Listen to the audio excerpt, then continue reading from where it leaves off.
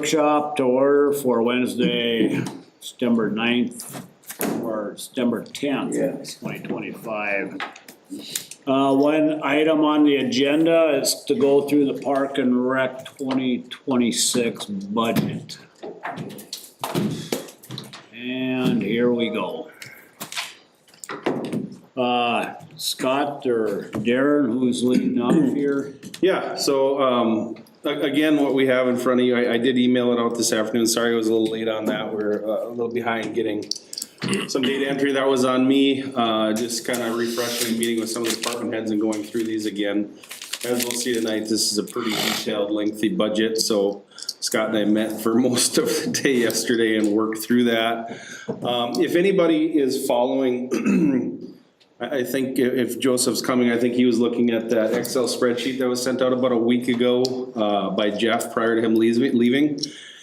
You know, that's just a worksheet that we're using that's good for reference, but it doesn't have up-to-date numbers. So the most up-to-date numbers that you're gonna have are in the budget worksheet that we emailed to you or the one in front of you. And working with Holly in finance, it works better if we work out of the finance records management system. We have a working copy in there. That way we have the most up-to-date numbers sharing between each other. Instead of having an Excel spreadsheet, making sure that, you know, data entry is not accurate or the same with finance. So that's my only recommendation, is just look at the copies that you have in front of you. So with that said, do you kind of want to do it like we did last week? Just, do you want to go through the entire revenues, or do you want to just go where there's notable differences, or how would you like to do that Yeah, I again? mean, unless anybody else wants to point anything specific out that's not within the margin, I guess, and I think just get the highlights, you know, if we skip over anything that's, then anybody's come back to welcome it. to bring anything up that they want, you know? Yeah. So if you want to start with revenue, Scott, and if there's anything notable in there that you want to discuss or make sure that everybody is aware of, great. Otherwise, maybe unless there's some big notable changes, either increases or decreases, you could probably kind of buzz through some of the other ones. Okay, so, well, I mean, if you come to the, you know, page 1 of the worksheet,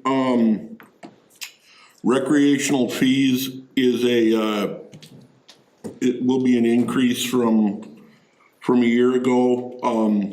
As we had budgeted 32,000 to bring in, we brought in just short of $50,000 this year.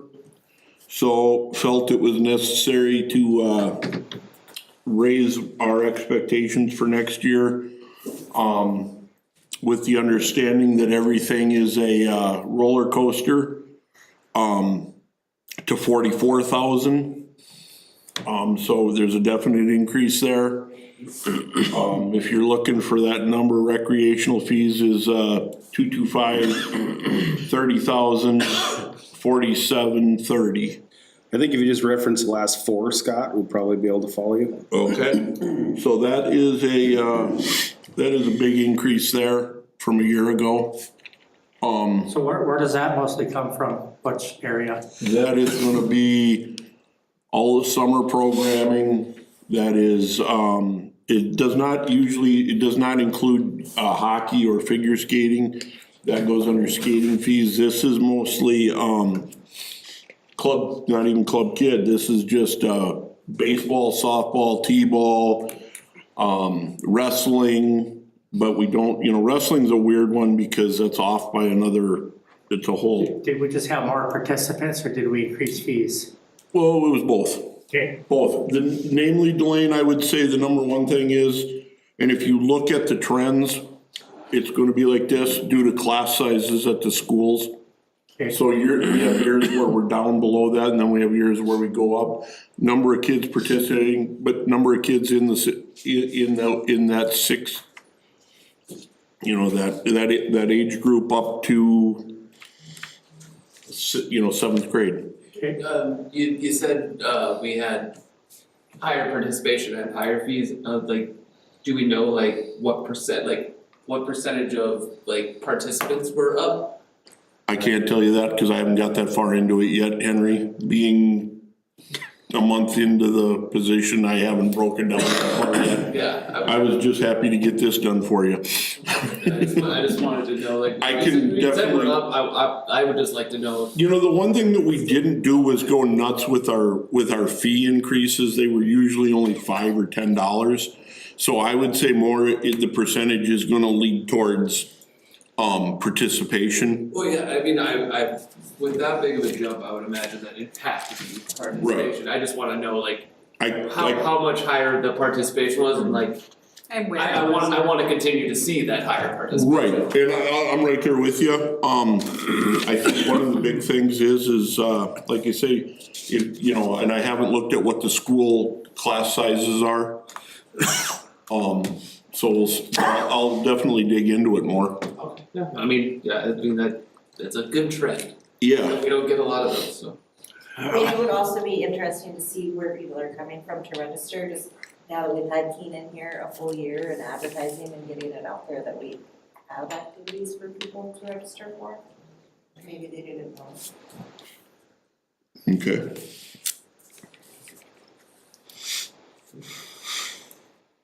Sorry, I don't write very, I got it for you, Scott. okay, I don't write very fast. The next one, club kid fees, that is a definite up. We're gonna, you know, we had budgeted for 15,500, we hit 19,625. So we're gonna raise that one up to 1,750. Again, we've had 2 years of trending, but trends don't always stay the course. Can I ask a question about that, Scott? Yes, So, we always have had a limit, like we can only have so many kids. Are we struggling to find the helpers or the team leaders to be able to expand this program or to? that has been part of it. Also, part of it is in the past, Jake wanted to stay within a certain number as far as what we had budgeted for coaches or leaders or anything. I guess I'm more of the ilk that if we're gonna have the kids, we're gonna find the leaders. Yeah. I don't believe in, going back to my days when I was the rec director, I don't believe that we cut it off. I think if we have to, we find the leaders. It's a good program and it's very, very popular. Now, depending on, you know, what you guys are looking for, if you don't believe in that, you know, we definitely have the talk, but that is, have a talk about it, and I'll do what you guys as a group tell me. But I believe that if we're gonna, instead of limiting it at 75 kids, if we've got 100, we're gonna make more bringing in 25 than we're gonna pay out in leaders, in my opinion. The next one that, you know, the next one that I really would like to look at for you is the campground fees. We're $3,300 behind, but we have, right now, we're gonna probably hit about a $12,000 a month when we get done with express personnel, which will take us about $9,000 over. So we're like 23,000 behind. Well, that's because last year's check was put in there, and Holly tried to explain it to me and it made no sense to me. So we are eating that because the check was given after the start of the year. So it was, is Holly here? Yeah, so can I just clarify, it was an overstatement of revenue for last year. We received the check, but it came from somebody other than who we invoiced. So it was still showing like an open accounts receivable, so the revenue was overstated for last year, and then it'll be understated for this year. That's how the auditors found it, So you're thinking it's overstated by about 9,000? Yep, so if you basically take off the 11,000, it would be 8,000 to the positive currently. So if you add another 12, we'd be right at our 20 for this year. Okay.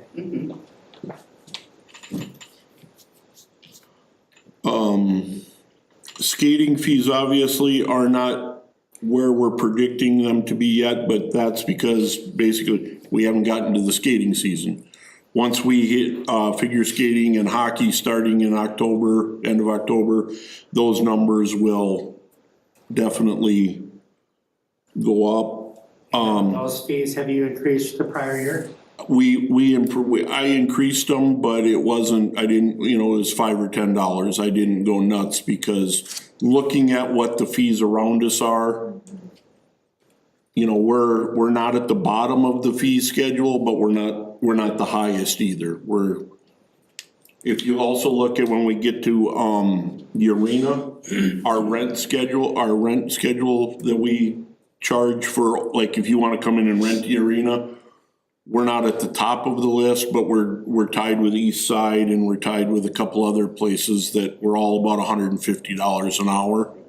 So we're not at the bottom, but we're not at the top. Now, do I think there's room in there to look at moving those up? Yes. So I think, Darren, when we get to the end of all these budgets and when we start to think of cuts that we possibly have to make, I think we should also look at the revenues of increases we could possibly make to even it out if possible.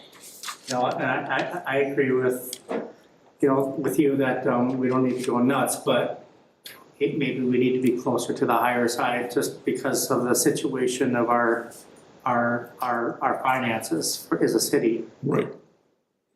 But I think sorry, Henry, but I think one of the things that can happen is you can take your price too high, and what's gonna happen is you're gonna lose participants, and now you're not gonna have, so you're gonna end up losing more in the long run. I apologize for interrupting you, Henry. It's okay.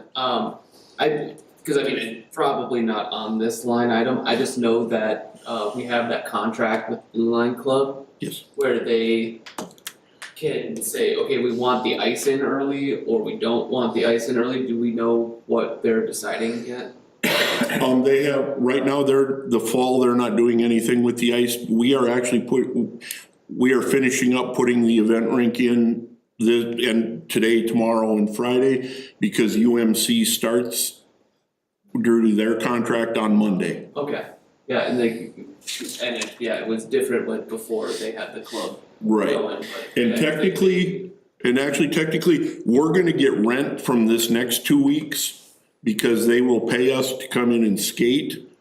And then their contract will take effect in 2 weeks. But we put it in 2 weeks early for them with them paying for what they use. And so we'll be getting some revenue that way. But if you look at their contract, and that's one of the things when we get to the arena, their contract is up. So it has a automatic rollover, but we do need to sit down and negotiate a new contract with UMC. So campground, I'm feeling very good about that we're gonna make at least our projections and not be, so hopefully like I say, the express personnel thing really helps us. Another thing that has kind of hindered us that I want to get fixed with our campground is there were still some websites out there, and Keenan and I talked about this, and he's been working on it, that listed us as closed.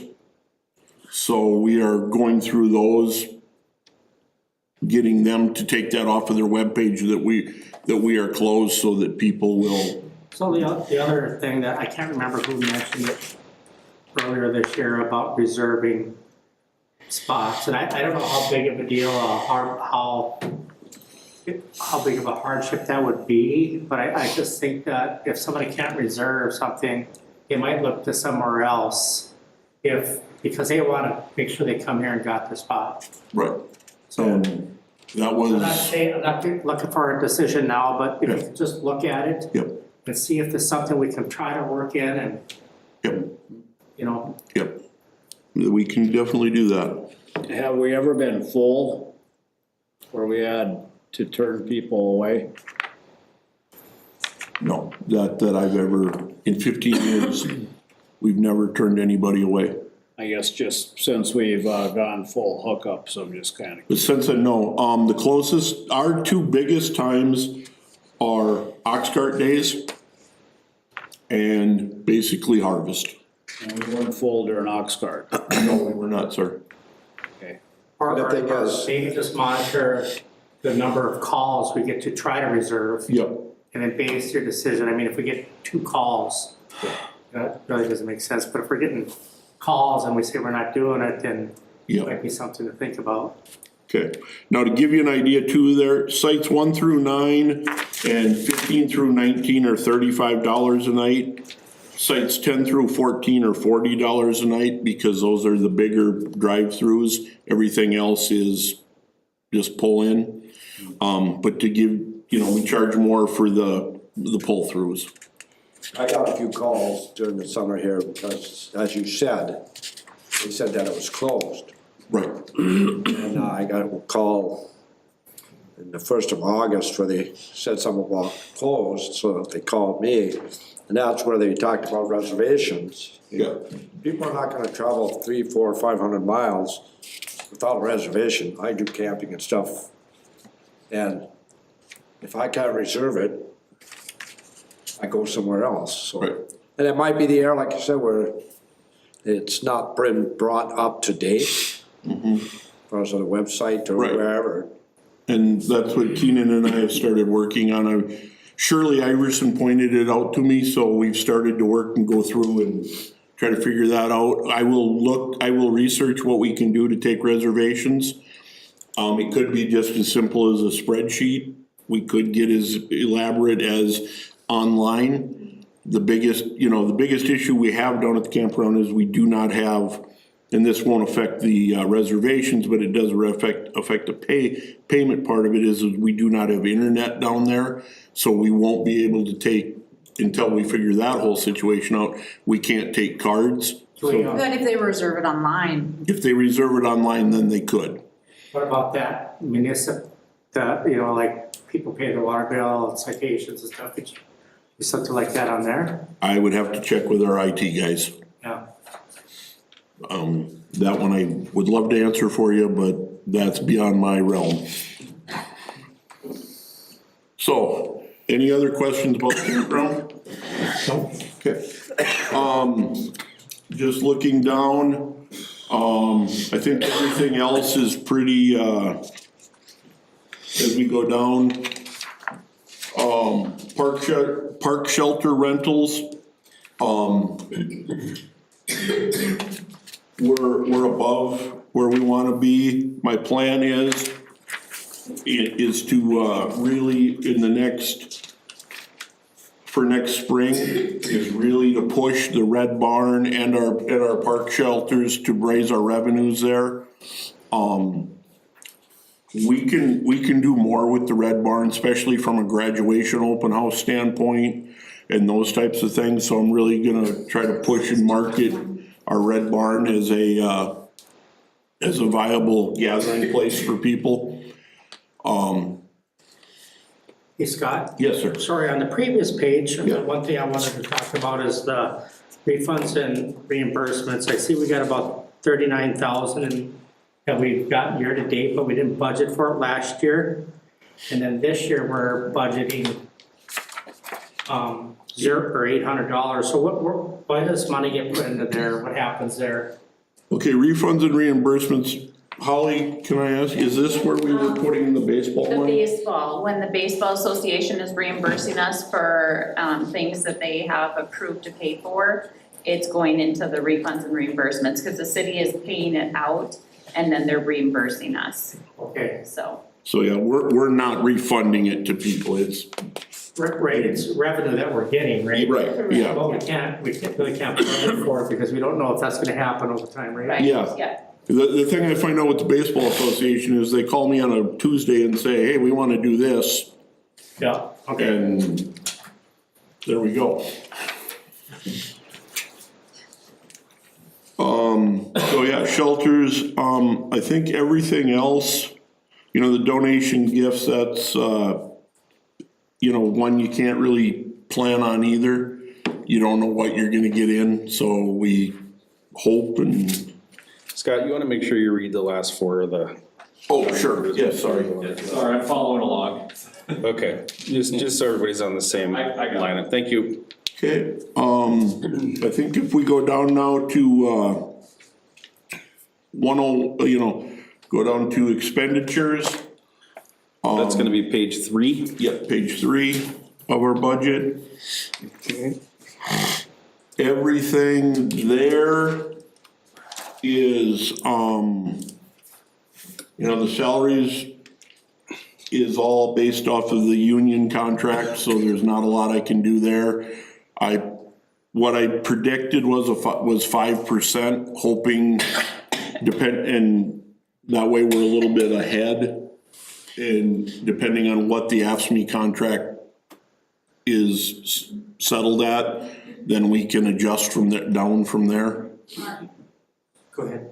Are all of your employees covered under that contract? Our full timers are, yes. And is it a 1-year contract, 2-year, 3-year? The last couple of times, I think it's been a 2 or a 3-year contract. ASME is up This year. this year, but they gotta come to the table and set up a time to meet.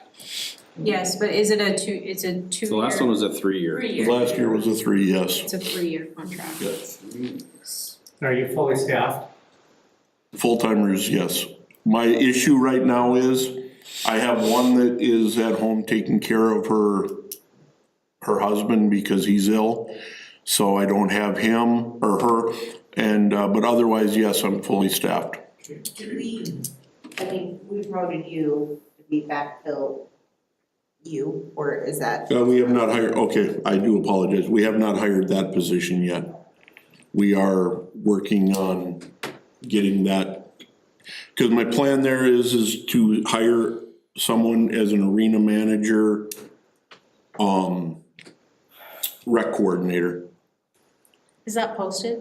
Not yet, because we're still working, Tiana's still working on the verbiage for the, Job description? job description.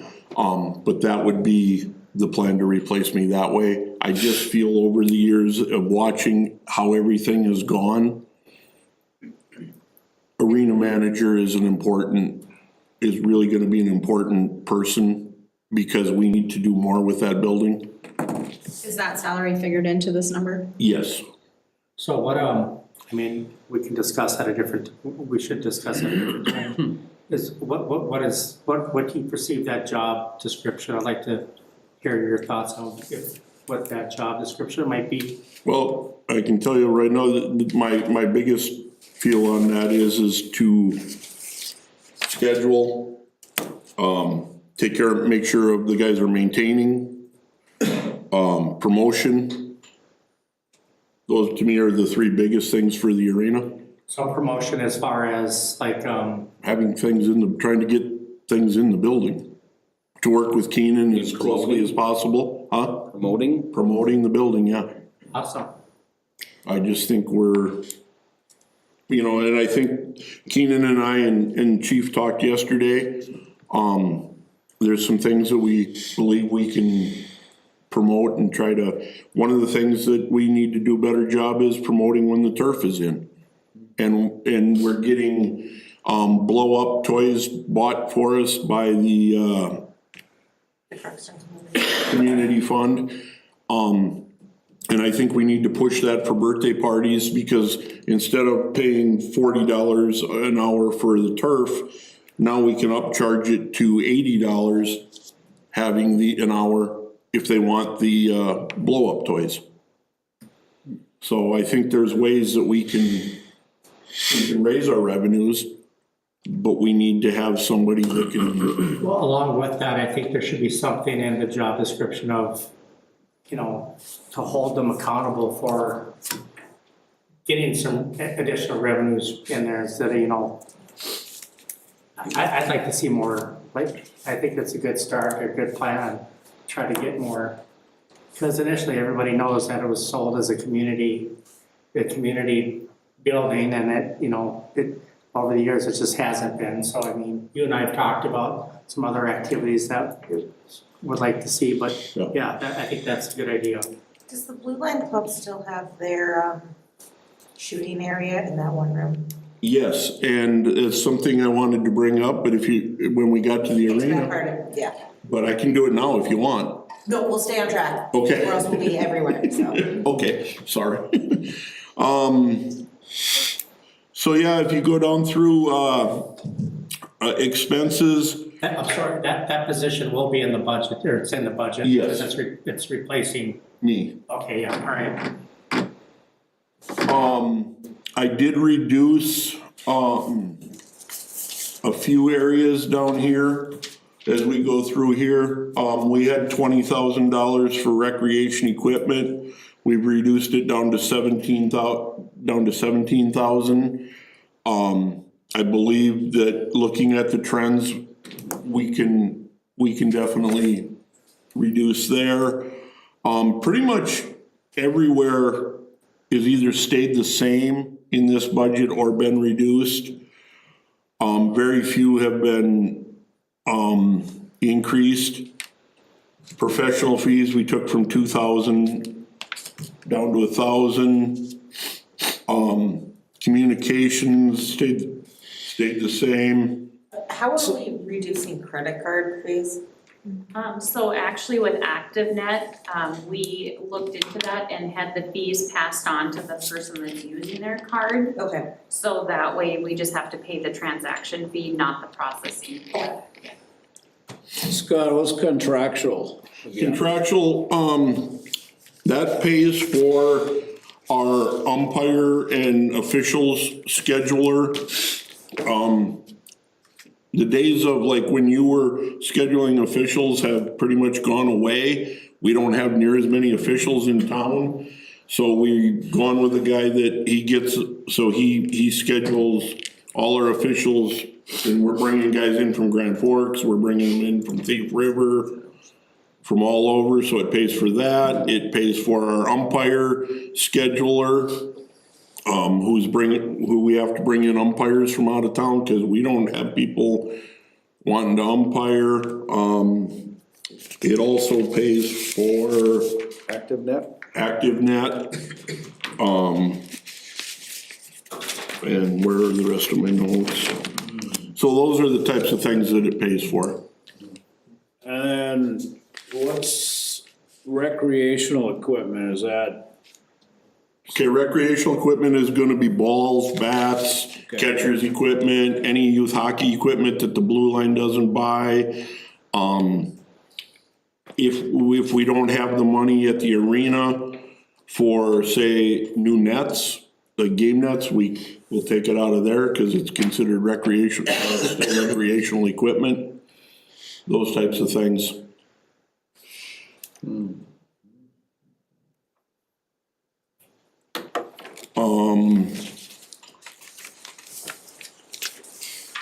I just wanna, the salaries really quick again. Yeah. The temporary salaries, Yep. is that can you explain that a little Okay, bit? that is our seasonal employees that come in and work.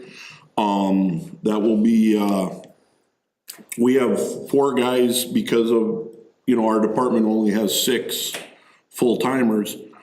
So we have to fill the arena at night, we still can't blow all the snow we can't, it's also, club kid workers, it's, Sure.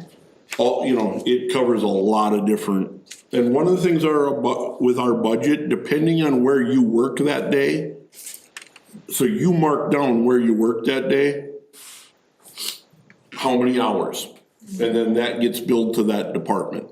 Okay.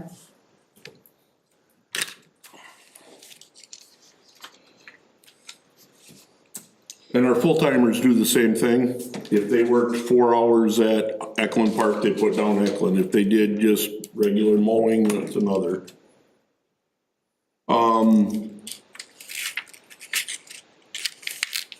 Subscription and dues, we actually had to raise, and that's, a lot of different things that we subscribe to, magazines, those types of things. If you take a look at Babe Ruth and Legion Baseball, we did not touch those because the Baseball Association gives us money to pay for the Legion and the Babe Ruth program every year. It used to be that the Legion was not even part of was not part of Park and Rec, but when our Legion closed, we moved it over to us because the Baseball Association said, we'll pay you to do it. And Jake jumped at it and grabbed it. So that's page 4, right, Scott? Yes, sir. So back to the subscription and dues, what kind of magazines are we, or what, I mean, I'd like to know a breakdown of getting magazines. Is that something we could possibly look at cutting? I mean, I don't know if we need to get, I mean, with our situation being what it is, I don't think we need to get magazines. Are you saying it's us getting the magazines or is it us sending out like the information? Well, we subscribe to some recreational magazines, we subscribe, but So what, I mean, first that's of all stuff I can find what would online be the too. benefit of it? I mean, Yeah. what is the benefit of, rather than sitting at a coffee table and somebody just picking it up and looking at it on their break? Well, I look at it for ideas as far as what we can do structurally with buildings, what we can do with, programming, that types of stuff. But that's also stuff I can go online and find too. Right, I mean, maybe just mark that as a possible place Sure, to maybe make a cut. sure. So looking at the line item, Scott, it says sports engine fee. Oh, that's the other one is our Sports Engine, which is our website for hockey. Okay, then, yeah, that makes sense. That part, and I did reduce it, but I don't wanna, the parents are really big on the Sports Engine because it makes it easier for them to find the schedules,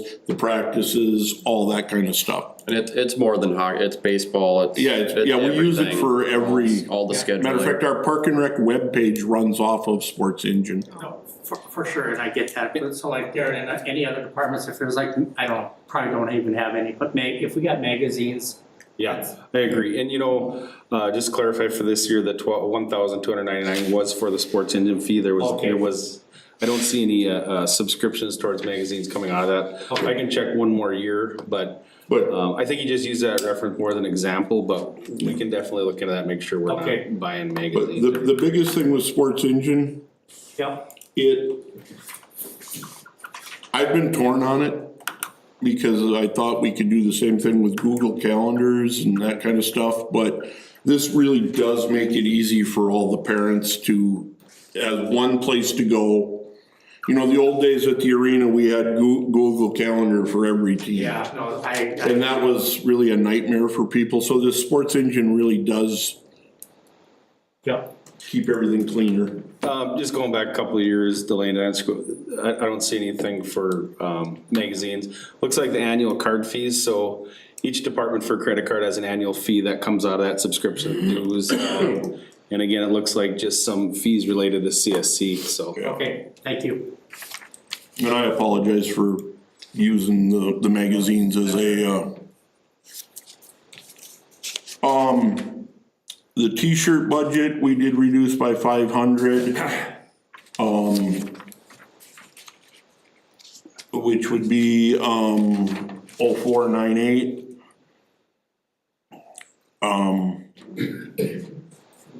The one that we haven't had in years past is office equipment and furnishings.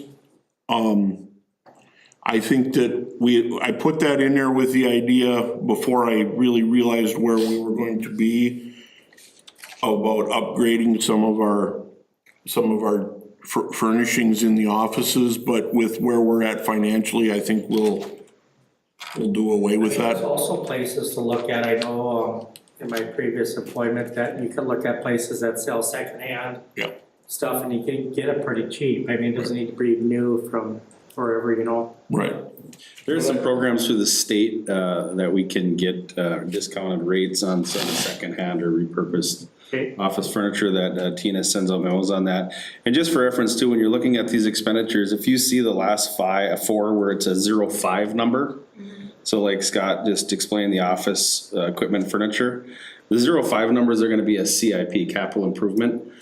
So anytime, there might be a large number behind it, just for an example, $100,000 to buy, let's say, fix a parking lot, for example. Any of those 0500 numbers are gonna be a CIP, and those are ones as we're working through the budget.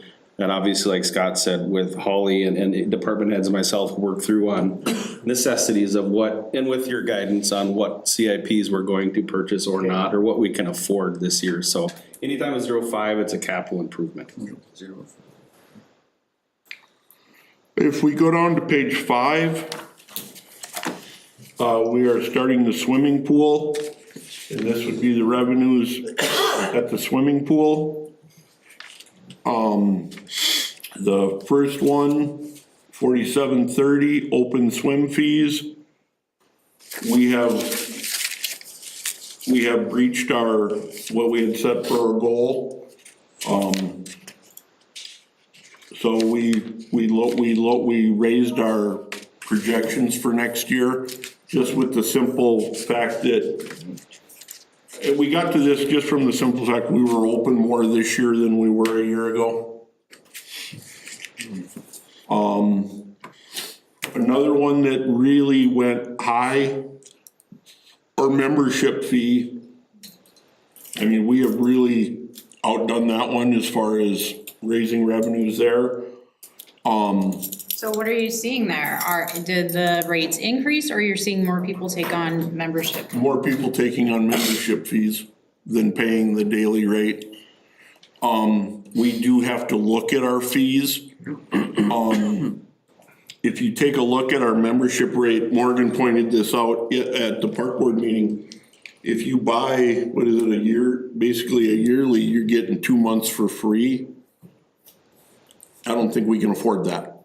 And so I think we need to readjust that, and, you know, I think there's a discount you can give for buying a yearly fee, but I don't think we can give 2 months for free. I mean, I don't know, if it raised it almost $5,000, that's a pretty significant increase, don't you think? It is, I agree with you 100%. So, have we had more participation lately in the swim fees? And so, I mean, I see at 24, the actual was 22,000. And then we budgeted 15, and we're already at year-to-date 15. Yeah. And then your next year is 65. I mean, is that? You know, I think a lot of that, Delane, too, you know, we're doing these revenues to try to, you know, we want to try to be as accurate as we can, but also semi-conservative. Some of those are hard to project, and some of those are estimates, like taking the last year or two as an average. So, I suppose also, I mean, if we have issues. yeah, exactly right. That's gonna raise it. So, Yeah. You know, I know when Scott and I worked on this, I think we just took the average between 24 and 25. I can add them up and see about where we came. one of the things too, Delane, is I don't wanna put down, you know, we got 22,000 and it says there in 2024. And I don't wanna put down 22,000 and then come to you a year from now and be $6,000 off. And then because we had to, for unforeseen circumstances, we had to shut it down for a while or whatever. You know, I mean, just this week, we were somewhat semi-closed for 2 days. Yeah, Those affect things. I get it. I do agree, looking at the fee structure. I mean, I agree, we can't give 2 months away for free. But also, what are other similar pool fees? Yeah. And when they did this pool fee last year, they looked at East Side, they looked at Ada, and tried to run very similar to what they were running. Being the situation that we're under, I mean, I know for other things you like to be down on the low side, but I think maybe for the pool, I think we have to be on the high side when you're looking at other communities. I mean, I'd also look at swimming lesson prices, and I'm sticking my foot in my mouth here as somebody that pays for swimming lessons, but we're charging $80 a swimming lesson. YMCA is charging $120, and I think, what's the other one over here in Forks, is it like $170 for the exact same stuff? And I'm not saying that I want us to get up there, but even $10 more swimming lesson or something. Okay, and like I said, that's why I'm here, I'm trying to get a feel for what you guys want, and, you know, the status quo that we've done for years past really can't stay. Aqua aerobics, is that morning? Yes, and that's down because of the simple fact that more people bought the memberships, and that gave them full access to everything instead of just the aqua aerobics. So that's the same thing with the swim fees and stuff? I agree, yes, Now, one thing that we did start that will be a revenue, So, hold it, so if they buy the membership, so they could do the open swim and lap swim all in one package? yes. Okay. Now, we did start a wellness program here this week that it's different than when you see, you'll see where it says wellness rec program. That's reimbursement from people's, health insurance. It's like golden sneakers or silver sneakers, I guess it is. We started a rec program and right now we have, that's $80 a month. Right now it has 8 kids in it swimming after school. So we've got a chance there to bring in some money during a period of time that really we didn't, it was just a dead period. So, Maybe a month. quick question, I know we've got donations from the Fin and Fit. Yes, sir. Has there been discussions with them on just donating X amount a year, or have we got that far, or just when stuff breaks down, they're gonna help with? Right now, they're just on with when things break down. They did bring us a check here on Monday to buy a floating volleyball court. So when you rent the pool, you can ask to have that inflated and put in so we can raise revenue. And those are the types of things that they're looking to do right now. Okay, so here's the problem. I'm looking at this at all of the other swim lessons and like how they do their fee schedules. So if you have a membership pass, you get the discounted rate, which will be match what we currently charge for each. If you don't have the membership fee, then it's twice what it is. So if somebody has that monthly membership fee, they get discounted on other things like swimming lessons and that. Okay. But if not, it's like $120, so Okay. it might be a way for people to encourage. Okay. Any other questions in that top area right there, that from 4730 down to 4951?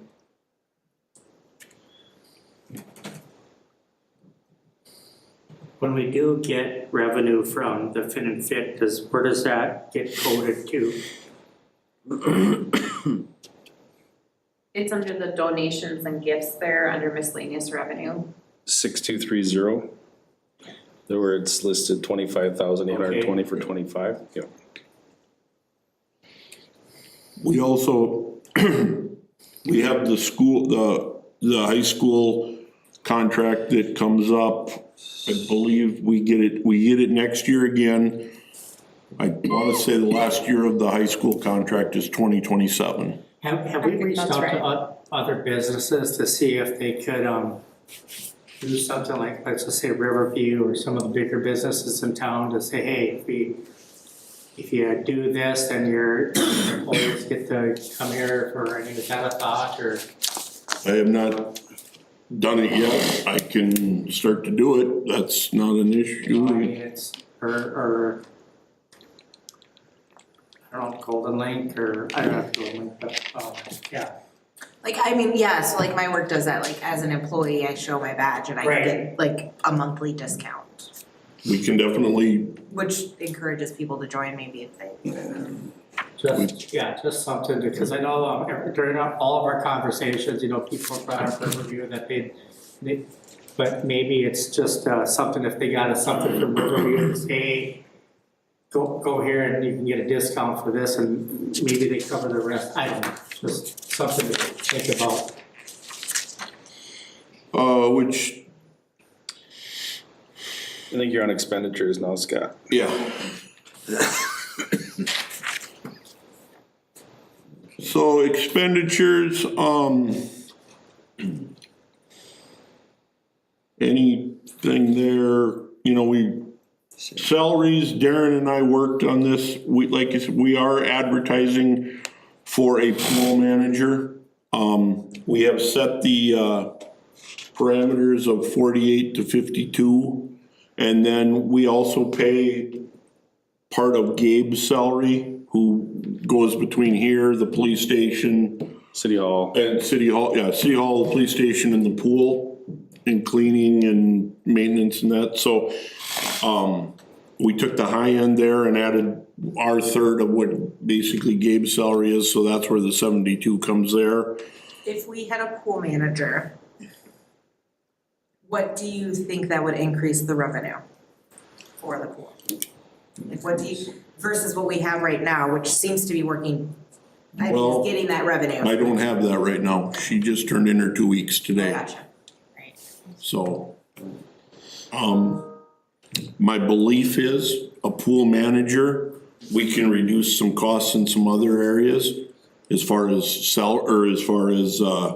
lifeguards. Because one of the things that we have found out is that if we have a lifeguard that is under 18, we have to have an adult in the building.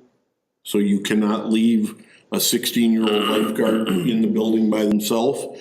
So we are looking at, without a pool manager or whatever you wanna call them, we're looking at doubling our staffing. So to me, a pool manager is going to make up a lot of that staffing area where we would be paying double.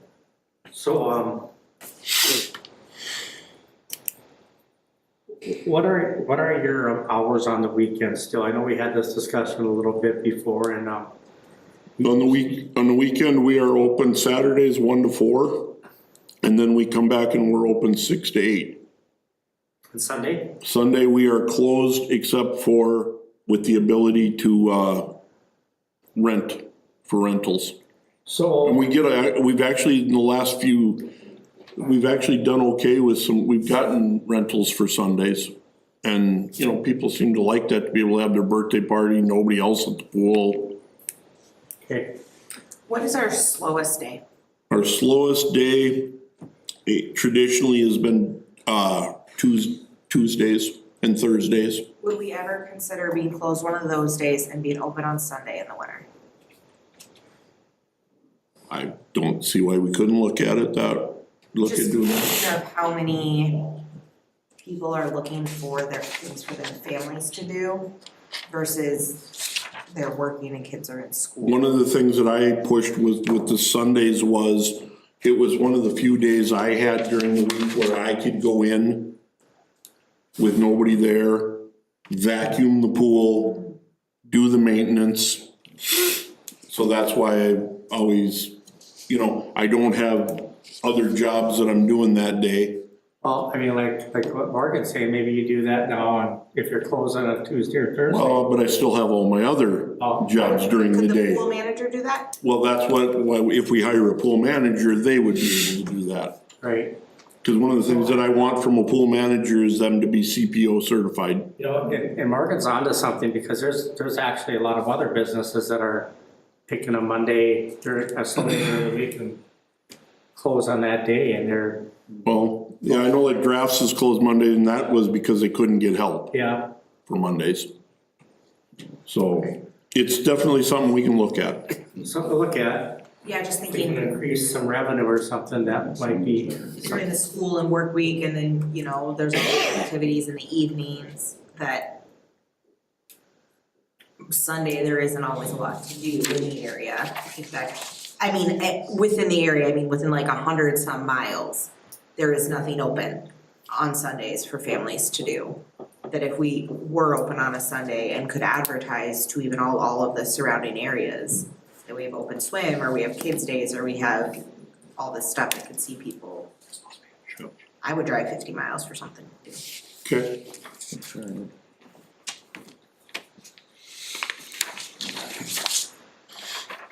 As we go down to page 6, repairs of equipment and building repair maintenance. We left these two the same as a year ago. My feelings are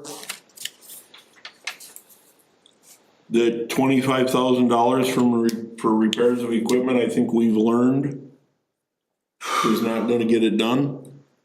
But I also know we have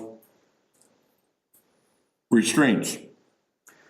So, I mean, when we talked earlier about the fit and fit, donating the money for like the volleyball stuff, I mean, I really think we have to focus more on if something happens, that's gonna shut the pool down, focusing on that. I get that they can donate their money however they want, but I would like to encourage that the money goes to, if we got issues that all of a sudden we're over budget on the city, that, I don't know, those discussions, I guess, with the fit and fit.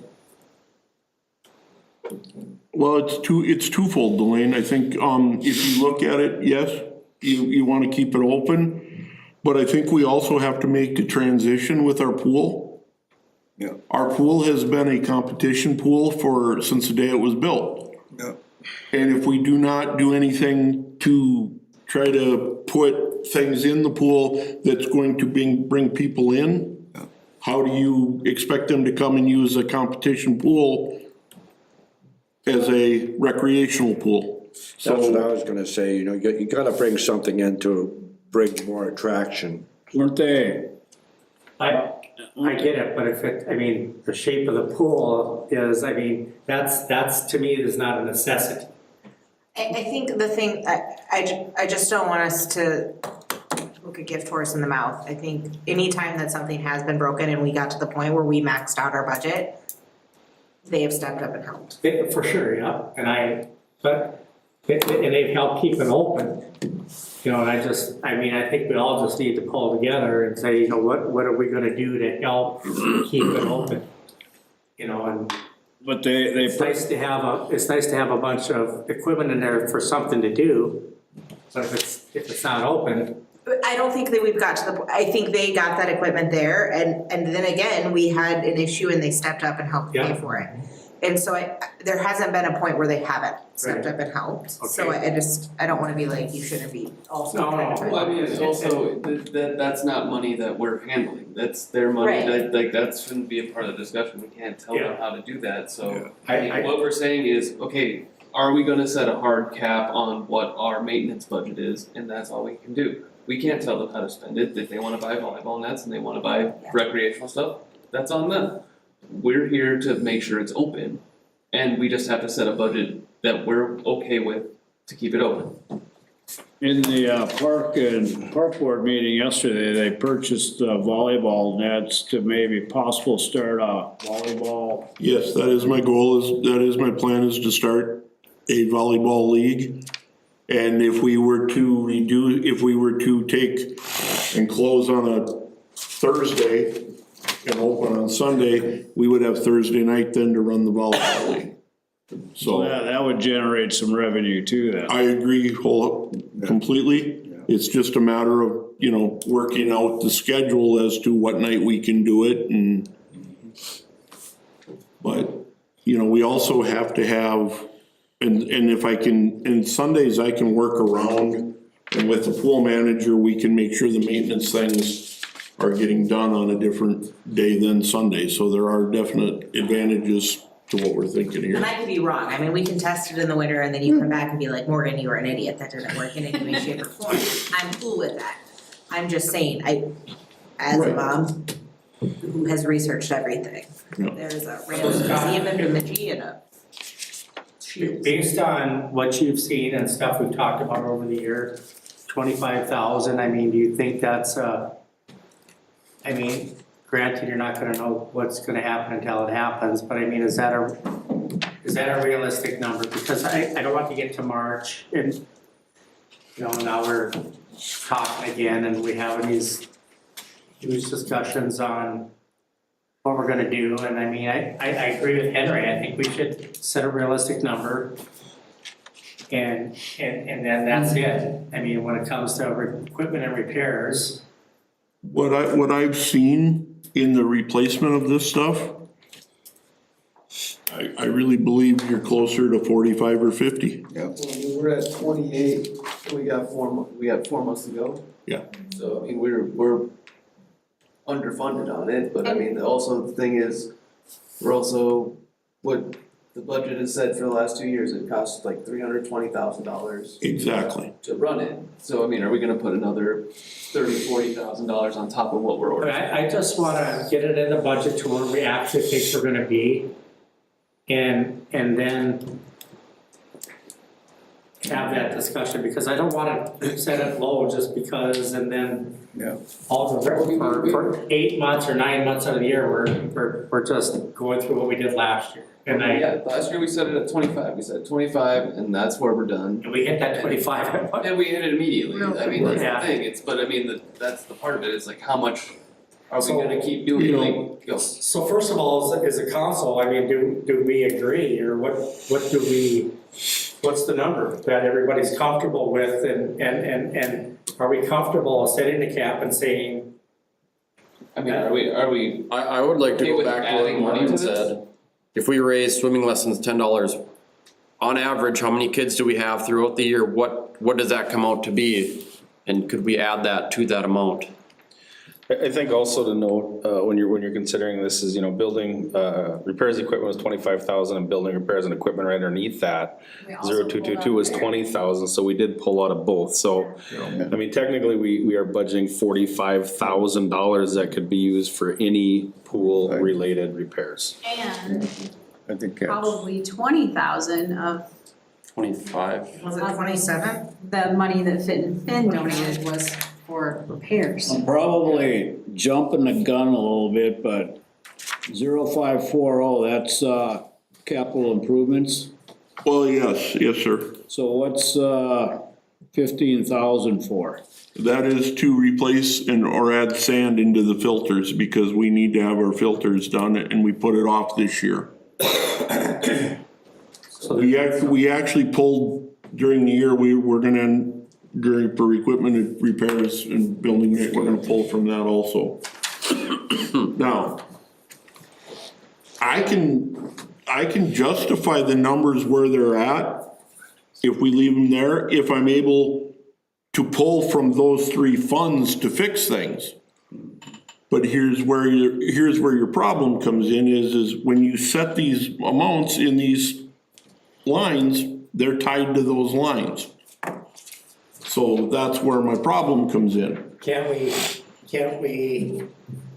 put it all in a miscellaneous and then pull from that?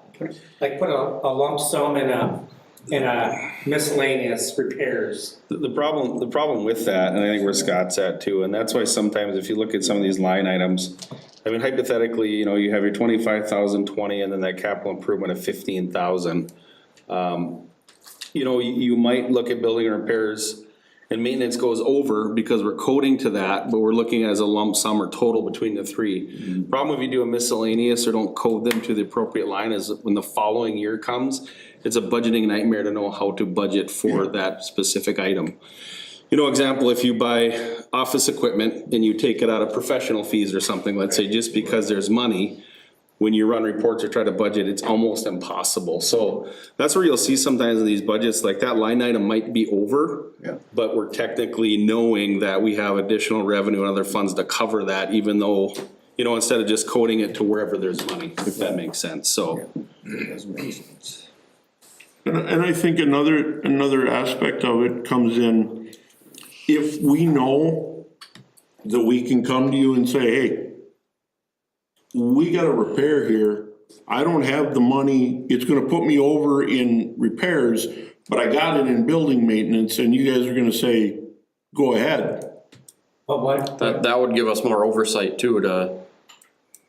Because that's what What we, happens with the budget of money and building maintenance that you plan for and under that code line item? Cause you actually, you must have had stuff in mind under building maintenance that you were gonna do. well, I do, but, I think the number one priority comes to keeping the building open. Yeah. Typically, like your building repairs and maintenance, like, if you have HVAC annual maintenance on those, like generator maintenances, any associated, like if you have pest control, I'm just trying to rattle off a few, that's where a lot of that It's like, revenue. Just yesterday, I expenditures had come the from. HVAC, the filter guys in. to replace filters, and the filters were basically, to replace all the filters in the building was basically $800.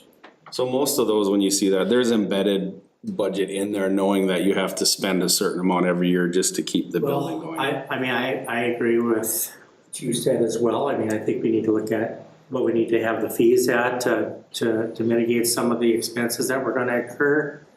And just trying to keep the dang thing open for budget year, you know, and whatever we are all happy with and agree on.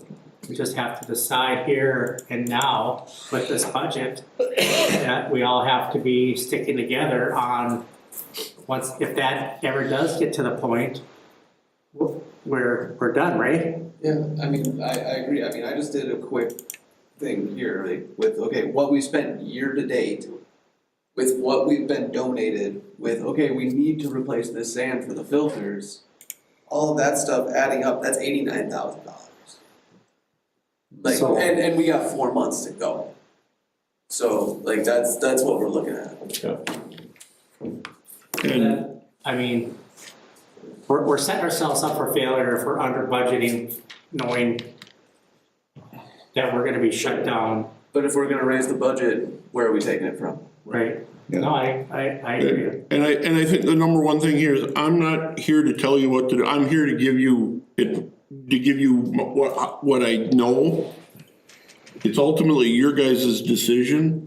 I just think we have to look at it. Well, it seemed last year as a council, we were somewhat divided on when we got to that point. So I just wanna make sure that Yeah, I mean, yeah, we have to stand firm with what we have, the folks that are on the council that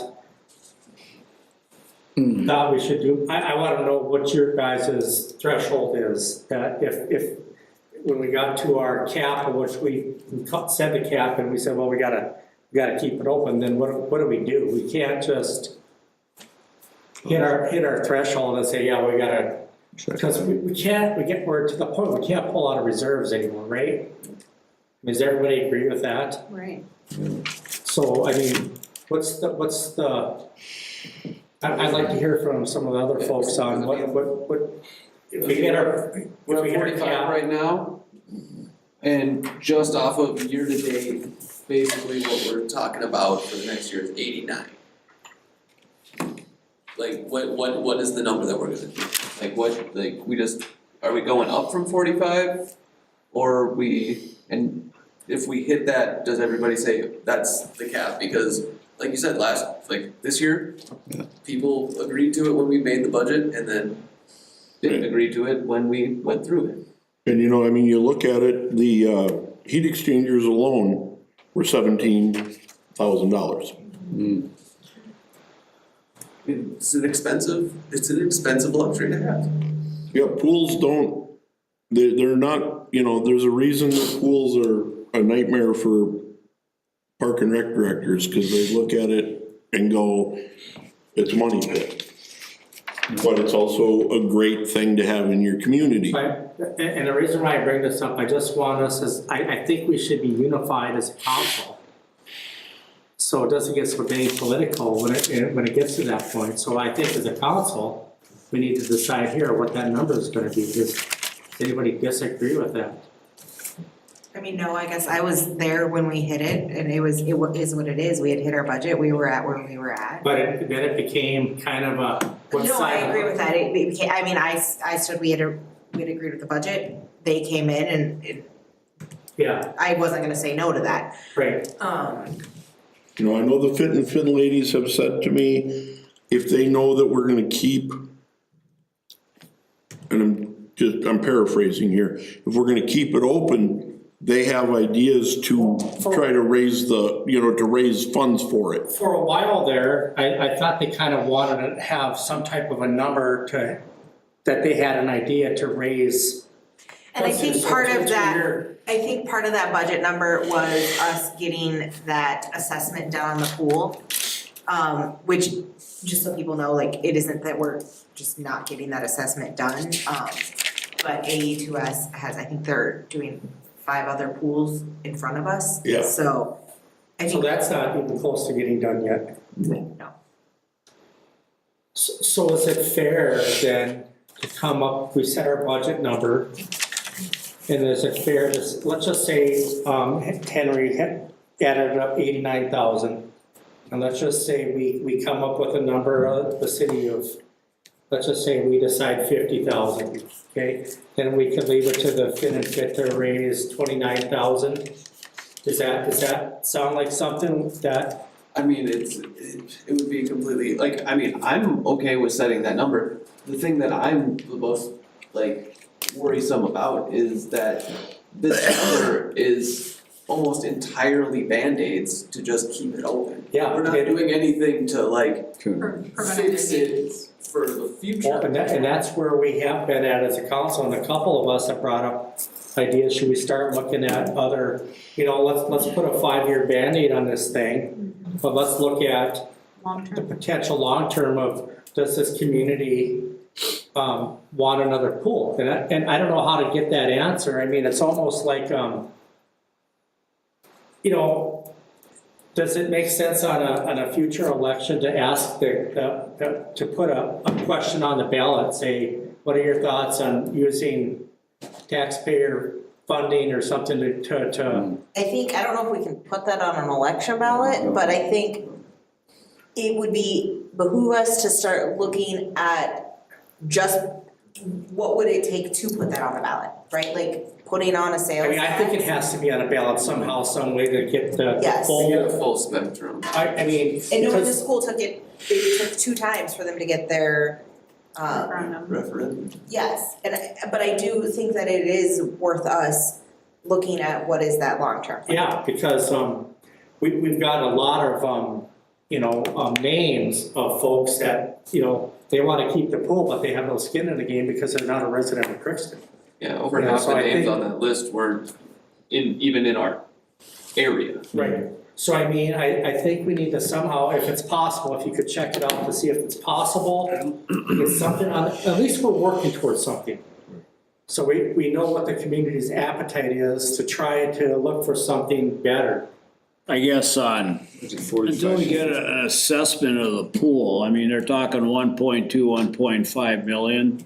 And that was 2-3 years ago. And that also did not include, that also did not include the stuff from, was it Onset? Yeah. So there was a whole other thing that was like Right. 700. So And until, this was all exterior, they didn't get to go into anything. so until we really get an assessment on that whole pool to see what it would cost to say to get another 25 years out of it or whatever, I think Here's my thing, I don't think I support us trying to get 25 years out of this pool. What I would support is us, even if it's us just putting out a general Facebook post with a survey monkey of, would you be willing to do a 0.5 sales tax to start the process of getting a pool? And if a majority of people come back saying yes, or a majority of people come back saying no and we hate you, then we at least have a general idea.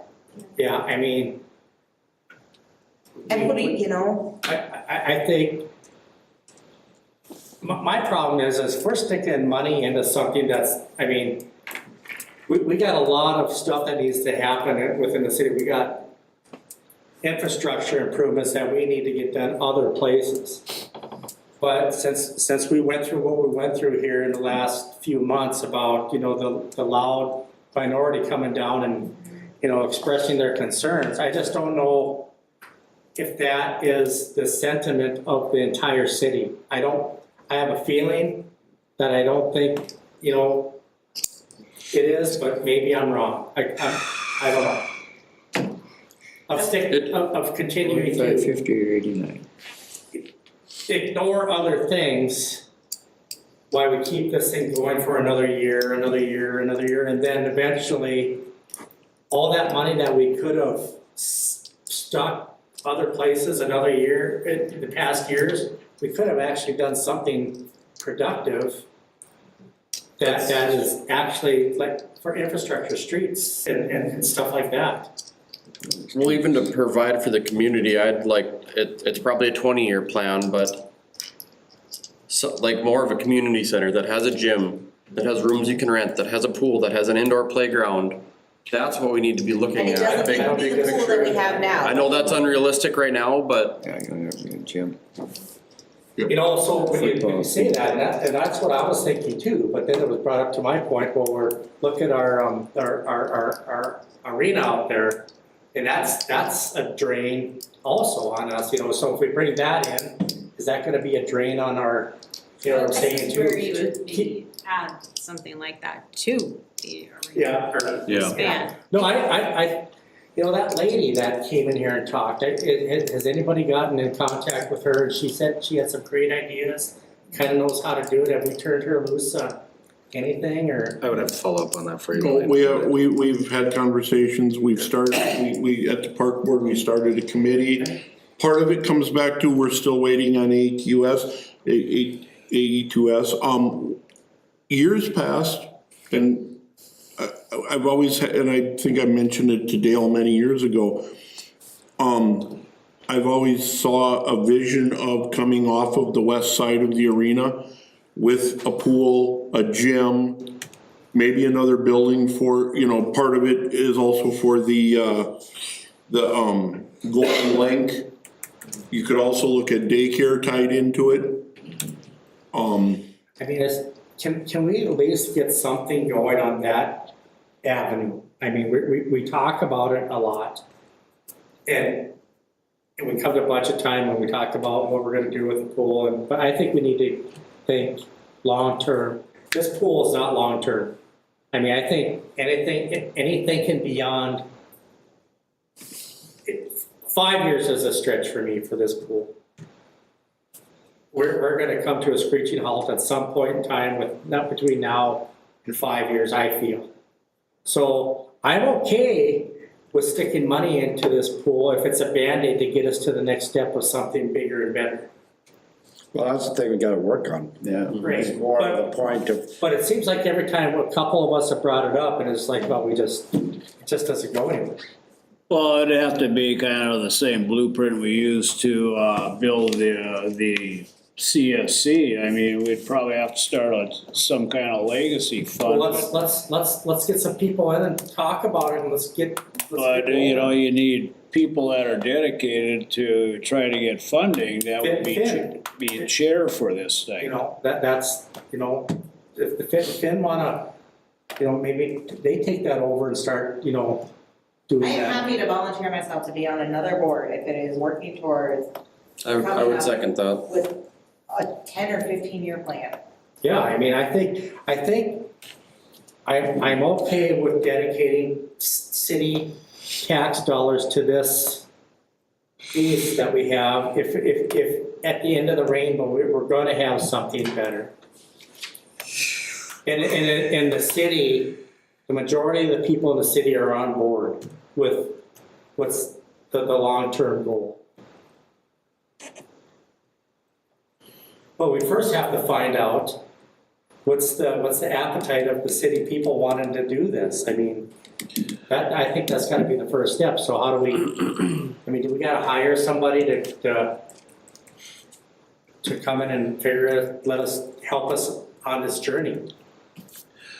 I think I got kind of the idea where you'd like to go with that. I mean, we can start working on that and try to come back with some kind of answer moving forward. I think also going back to your point about either a Survey Monkey or some kind of survey, whether that's on a ballot election or something else, that might be a good question also, like what would be the appetite for possibly like a rec center versus a pool or Right. pool or something along that lines, and then, you know what I mean, like maybe like get a direction that way also. You know, we're having discussions about pickleball courts and Yeah. stuff like that, so like, maybe we can kill this 2 birds with 1 stone and have like a center that houses all that type of stuff.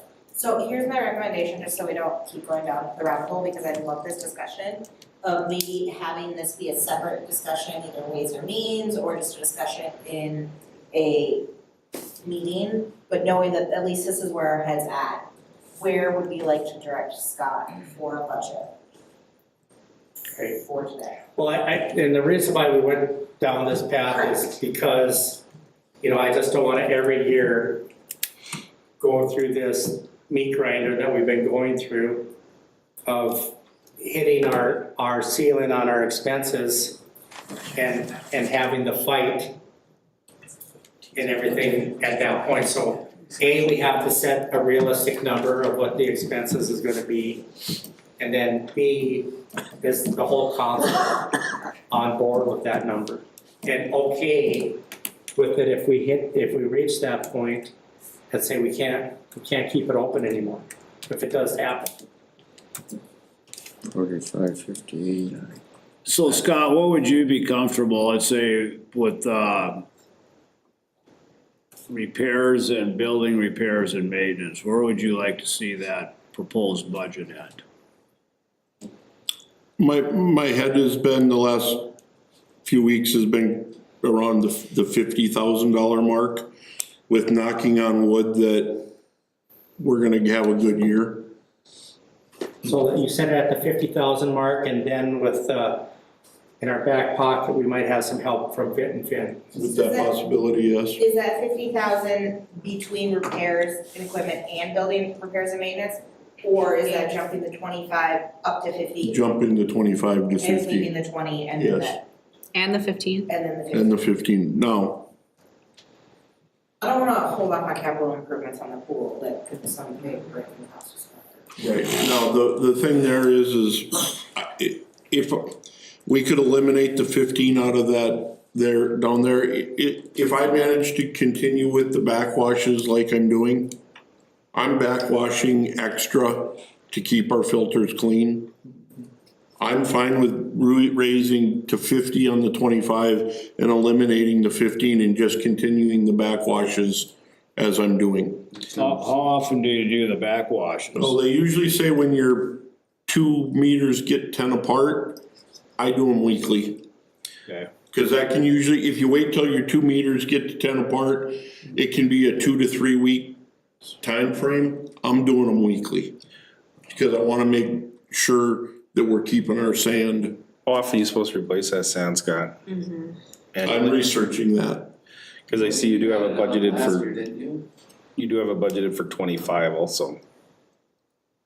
Yeah, I did, and And it like I didn't said, I found out that I was able to keep it clean So by here's my question. increasing the backwashes. If you budgeted it for last year, is that money there that we could go do it? I think it's, I'm pretty sure we used it to keep the pool open. Oh, so that, those monies were spent Yeah, elsewhere? we passed on that, so he pushed it off, so we didn't have that Oh, money. okay.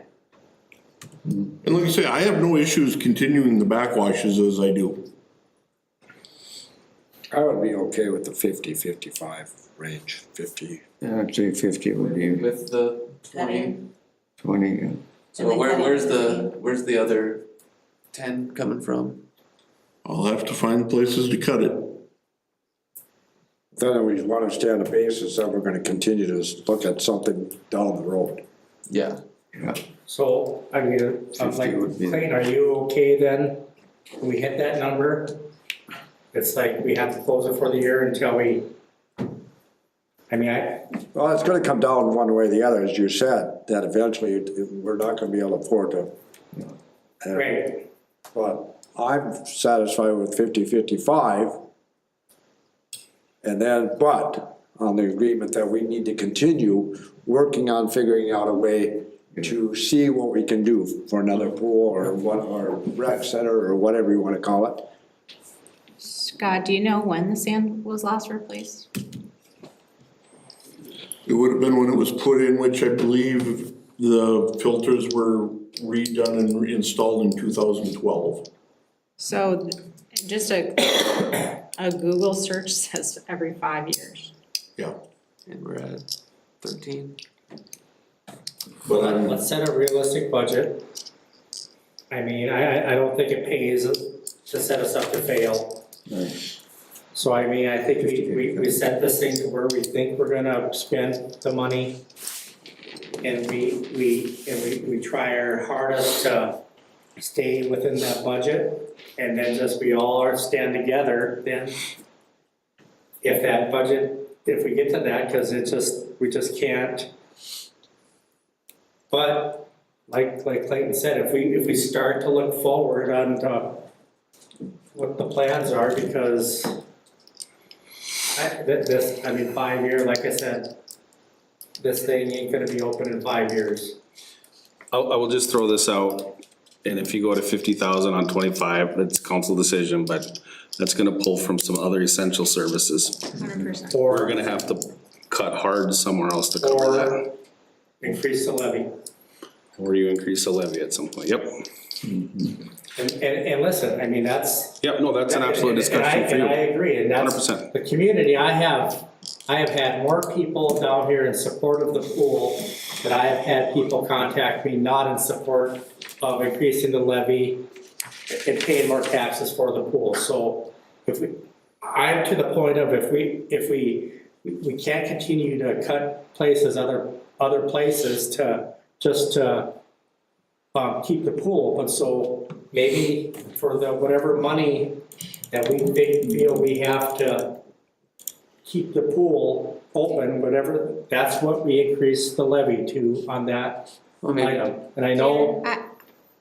Oh, sorry, quick question for you. If we, how it looks right now, if he cuts the 15 and let's say we put it at 40, would we need to cut heavily from other different departments? I mean, if we were able to able to take the sand out of that CIP, the 0540, that's gonna help a lot. Obviously, that would cut that down substantially. And can I just say, 3 times its lifespan. You're gonna need the sand. Like, I mean, that's the thing, like, we're gonna need to, we're gonna take that 15 and use it anyway, probably, because it's that far beyond its expected use. I guess if we're having to pull from other essential services, then I'm not okay upping. Yeah, I'm not. I would rather, increase the levy than pull from other services. to be honest with you, if it came down to this, I don't wanna make any other department have to cut. I would find in our budget where to cut. Well, I mean, maybe that's something we can just table and look at. And see if that's possible. And then, but, yeah, I'm not in favor of, I wanna set the budget to where it's realistic, so we're not just starting out the budget year and looking to close the dang thing already. And then we have all heck breaking loose. I wanna set the budget where we actually think we're gonna need for the expenses. And then not cut other areas of other departments. If you feel you can find it within your own department, that's up to you. But I think we should, and if all else fails, then we increase the levy by the amount that we need to keep the pool open. So does anybody else have thoughts on that? I struggle with also cutting 15,000 or that money from other places in Park and Rec. I mean, that's just other services that other people are using. Well, I think our number one place that we have to look at is our capital improvements, if we're gonna cut. Yeah, I mean, we've done that for so long now. It's we can only kick the can down I know. the road, but here's the problem. If we're in a double-edged sword. If you do not have a reasonable budget, you're gonna be behind the 8 ball. If you cut your capital improvements, we've just kicked this can down the road. I think if you guys decide 50,000, I can put that in as a placeholder on repairs and equipment. And just for keepsake, and Holly can correct me on this or get there, but 1% levy increase this year is equivalent to about 44,000. Roughly, so. I believe we raised the levy 4% just for the pool last year. I was gonna say it was closer to 6. You know what? 6, yeah. How many people last year came, I was expecting a local truth and taxation meeting last year because of that. We've had more heated discussions of not keeping the pool open than we've had of raising the levy to keep the pool, right? So I thought we would have people coming down here and saying, we don't have the money to keep the pool open and we need to keep the levy down. But I didn't hear any of that. I think county raised or lowered the value of your homes too, so we didn't get a Yeah. lot of kickback. But I don't know, I think if we're struggling for, I mean, just the pool now I'm talking, if we're struggling, we need to set the realistic number of what we think the expenses are gonna be. If we can't find any other place to pull it from, which I'm thinking we can't, I think we have to agree to increase the levy number to cover the pool expense. Which I'm not in favor of, but listen, I mean, I need other folks to be given some ideas here other than me. I mean, cause it seemed like last year, we set the expense of what it's gonna be, and I said, okay. Then I took some, we all took, the folks that said, that's it, we took a lot of heat. Yeah. So I wanna, I mean, I am for the budget that Scott is putting out. Because if we are bumping this up another $25,000-$30,000, we have to cut it from somewhere. or. Or raise the levy, or Raise the levy. or do what we've done the last 2 years and put out the preliminary at 100%, and then we're gonna come down and get everybody all I think I'd riled rather, up about that. I think I'd rather put it out at a realistic, and if they come and say, well, the levy went up 2% to cover the pool. Yeah, and then. Because we haven't had any opposition in here that would support, lowering the levy for sake of the pool. So I mean, Yeah, I mean, if we're gonna. if we're gonna keep this open, it's gonna have, the taxpayers are gonna have to pay for it, and we can't continue to cut other services. Yeah, I mean, like that, I feel like we just have to make it very clear that we're not cutting other services to fund this, we are raising the levy to fund this. Yeah, Yep. So we can do. I mean, I'm okay, yeah, if you wanna go up to 50 and then we say it's going on the levy, we're not cutting Well, infrastructure, like. we can put it there, and then, like you say, I'll go back, sit down and sharpen you the find pencil. places that you think you wanna cut, I wanna know about what you're cutting. Yeah. Okay? Because I may not agree with what you're Yeah, cutting. So 50,000? Yep. That's the number we're gonna use, okay. Sounds good. And then everybody, does we hit that number? Yeah. I mean, what do you think? That's what we mentioned. I took a whole lot of angry emails and calls last year, I can take a whole. Yeah, I mean, 50,000. are you on board with like hitting that ceiling and Yep, we can't stick any more money into that? that's making motion. We can't vote tonight, it's just. No, I know. No, he had joked about making a motion, I just No, said, yeah. yeah, no. okay, the only other thing that I really looked at here, and I did a lot of calculations, the chemical had to go up $3,000 because chemicals going up. That's 032. Yep, 032. When I did the calculations, if we would have left it where we would have been, we would have come up short. So that's a $3,000 increase there. Moving on to page 7. So with all the stuff that we're doing, we're still looking at a $260,000 deficit on the pool. I mean, Yeah. If we Unless receive I the can revenues raise a lot of that- revenue. yeah, Yeah. All right, so page 7. Higher because we just added to it. I mean, we just added another 30,000 to it, so I mean, it's gonna be 30,000 higher than what you Yeah, just said. actually, that's not in the consideration, yeah, you're right, that number would change if we bring it up another 25,000, Delane. okay, so we're, And then if we remove the 15, I mean, it's a close estimate, you'd have to just do the math on that real quick. all right.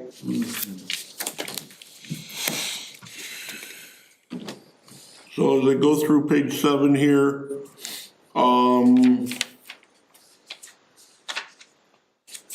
anything glaring or?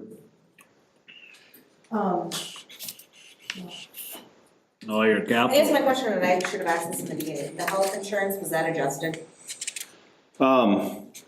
So you'll notice, sorry, that health insurance, we left the same.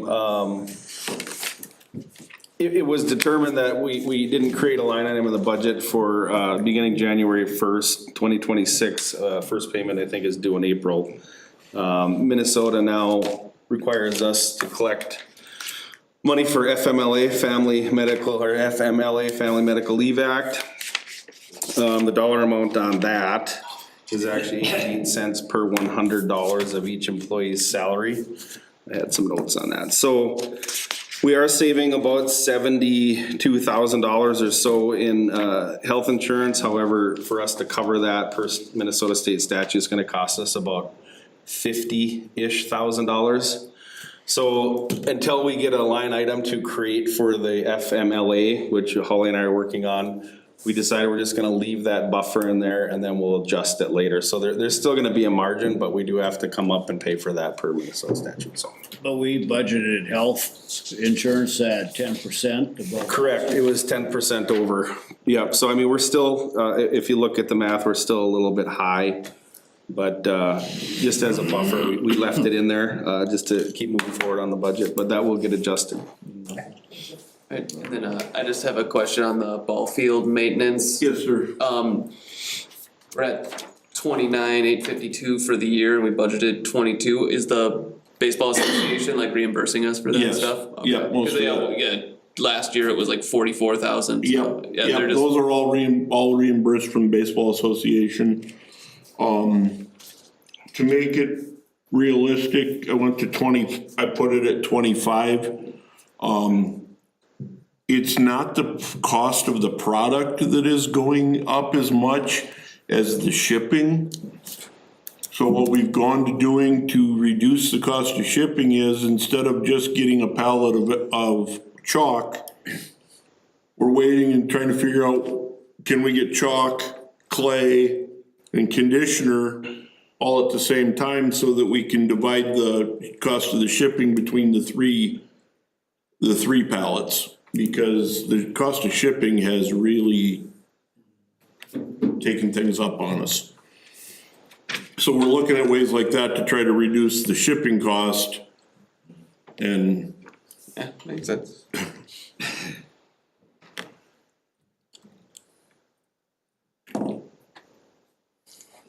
now, in this here, there's a $205,000 other improvements.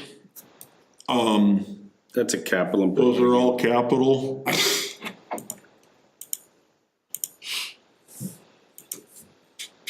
Do you have them itemized, like what we're gonna do with this? Yeah, I have that itemized for you.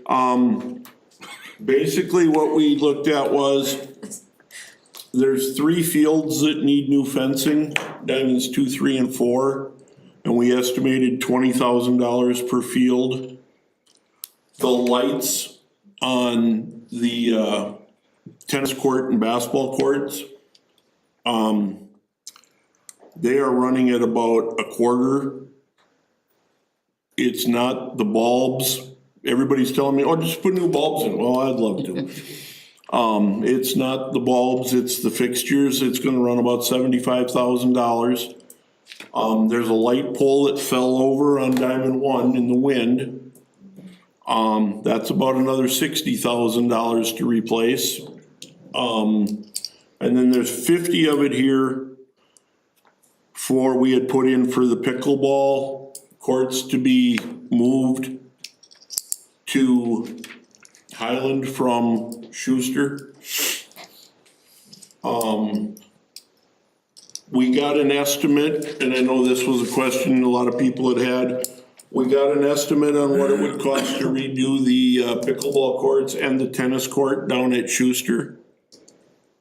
The whole bill to redo down there and add pickleball courts into the tennis courts would be $34,772.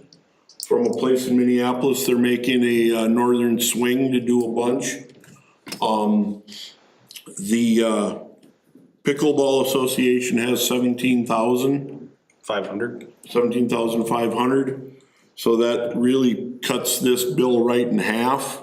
Question on that though, a chunk of that isn't a chunk of that based on a grant that needs to be used this year? Yes, They, $7,500 of that is from a Crookston Community Fund that needs to be used this year. what they were talking about is making a down payment. If we went with this, they were talking about using that 7,500 to make a down payment to this company this year. And is this repairs at Schuster? Yes, this would be repairs at Schuster. For the tennis courts. Both courts? It would be both tennis courts and the pickleball courts. And that would include blending pickleball court lines into the tennis courts. So like Scott said, with the Pickleball Association's donations, 7,500 of that being from the Crookston Community Fund, the other 10,000 from other resources. That would bring the remainder to 17,222, which would not have to be paid out of this year's budget with that 7,500 down payment that the Pickleball Association would be willing to do. The remainder of that then would have to come out of funds from Park and Rec. I think Scott said that he would have the funds available to pay the remainder balance of that. In this 205,000, there is 50,000 in there for pickleball. So we could reduce that down to say 20,000 for incidentals, if that's a direction of council, but again, we'd have to fund the 20,000. I am getting a lot of feedback that Schuster's not the place where the pickleball people wanna be.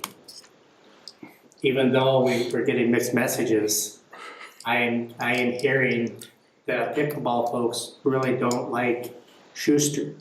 some do, some don't. Yeah, that's Well, what I was I'm gonna say. hearing Some that do. Did you get an estimate for the Highland complex as well? I am still working on that. This guy, and this was done through looking at also with, working with Carrie and Taylor at EDA. And they found that this to be the cheapest way to go. We have not gotten a full estimate, thank you, for what it would be up there now. And then I wanna go back, just a little bit, back to the lighting. Yes, sir. Is there anything Carrie can do for energy grants? And is there anything available through Otter Tail to get rebates going to LED? I will find out. I have not checked into it, but with Carrie and I can work with Carrie to try to find some grants that we could use to redo those lights. And save money. What are you hearing about Schuster? I've heard both, same, like, The 7,500 grant they got from Crookston Community Development Fund, they may have to reapply. We had a meeting this afternoon, cause they didn't spend it. They have to give it back, and they can reapply. They would probably have to, reach out to Shirley to see if that's still in play. Right. I know also just to keep in mind, and we can look at some other estimates to up for Highland Park. And this isn't a decision for today either. We could bring this up again or at a council or something down the road. But if we did not choose to resurface Schuster, this bid would increase. They are giving a discount for not charging travel time or any of their lodging while they're here. So it wouldn't be, astronomically significant, but there would be some costs associated with that additional, if we did not enter into agreement with them this year. Again, just food for thought. I just wish with the pickleball, there was like, and this is not on you, because I know they can't. I wish there was a plan. I feel like we're going back and forth between where do people want it, where do they not want it. I'm in the exact same spot. I have some people that can't even fathom it being up at Highland, and other people are like, it'd be actually nice if it was up at Highland. It's just hard to be like, let's budget this for next year without a plan of what's actually, not having a shovel-ready plan. I agree, I mean, I think if we try to still, I know Scott's been working on obtaining an estimate for Highland, I think that would change the conversation maybe. Yeah. What would that number look like and versus redoing these? we can certainly circle back to that this year yet and Yeah, we'll come back to circle you if back, that's we'll what you'd get like. them the pictures and the dimensions of Highland and get it to this company and see what they come back with. Is that fair? Sure. Okay. Okay.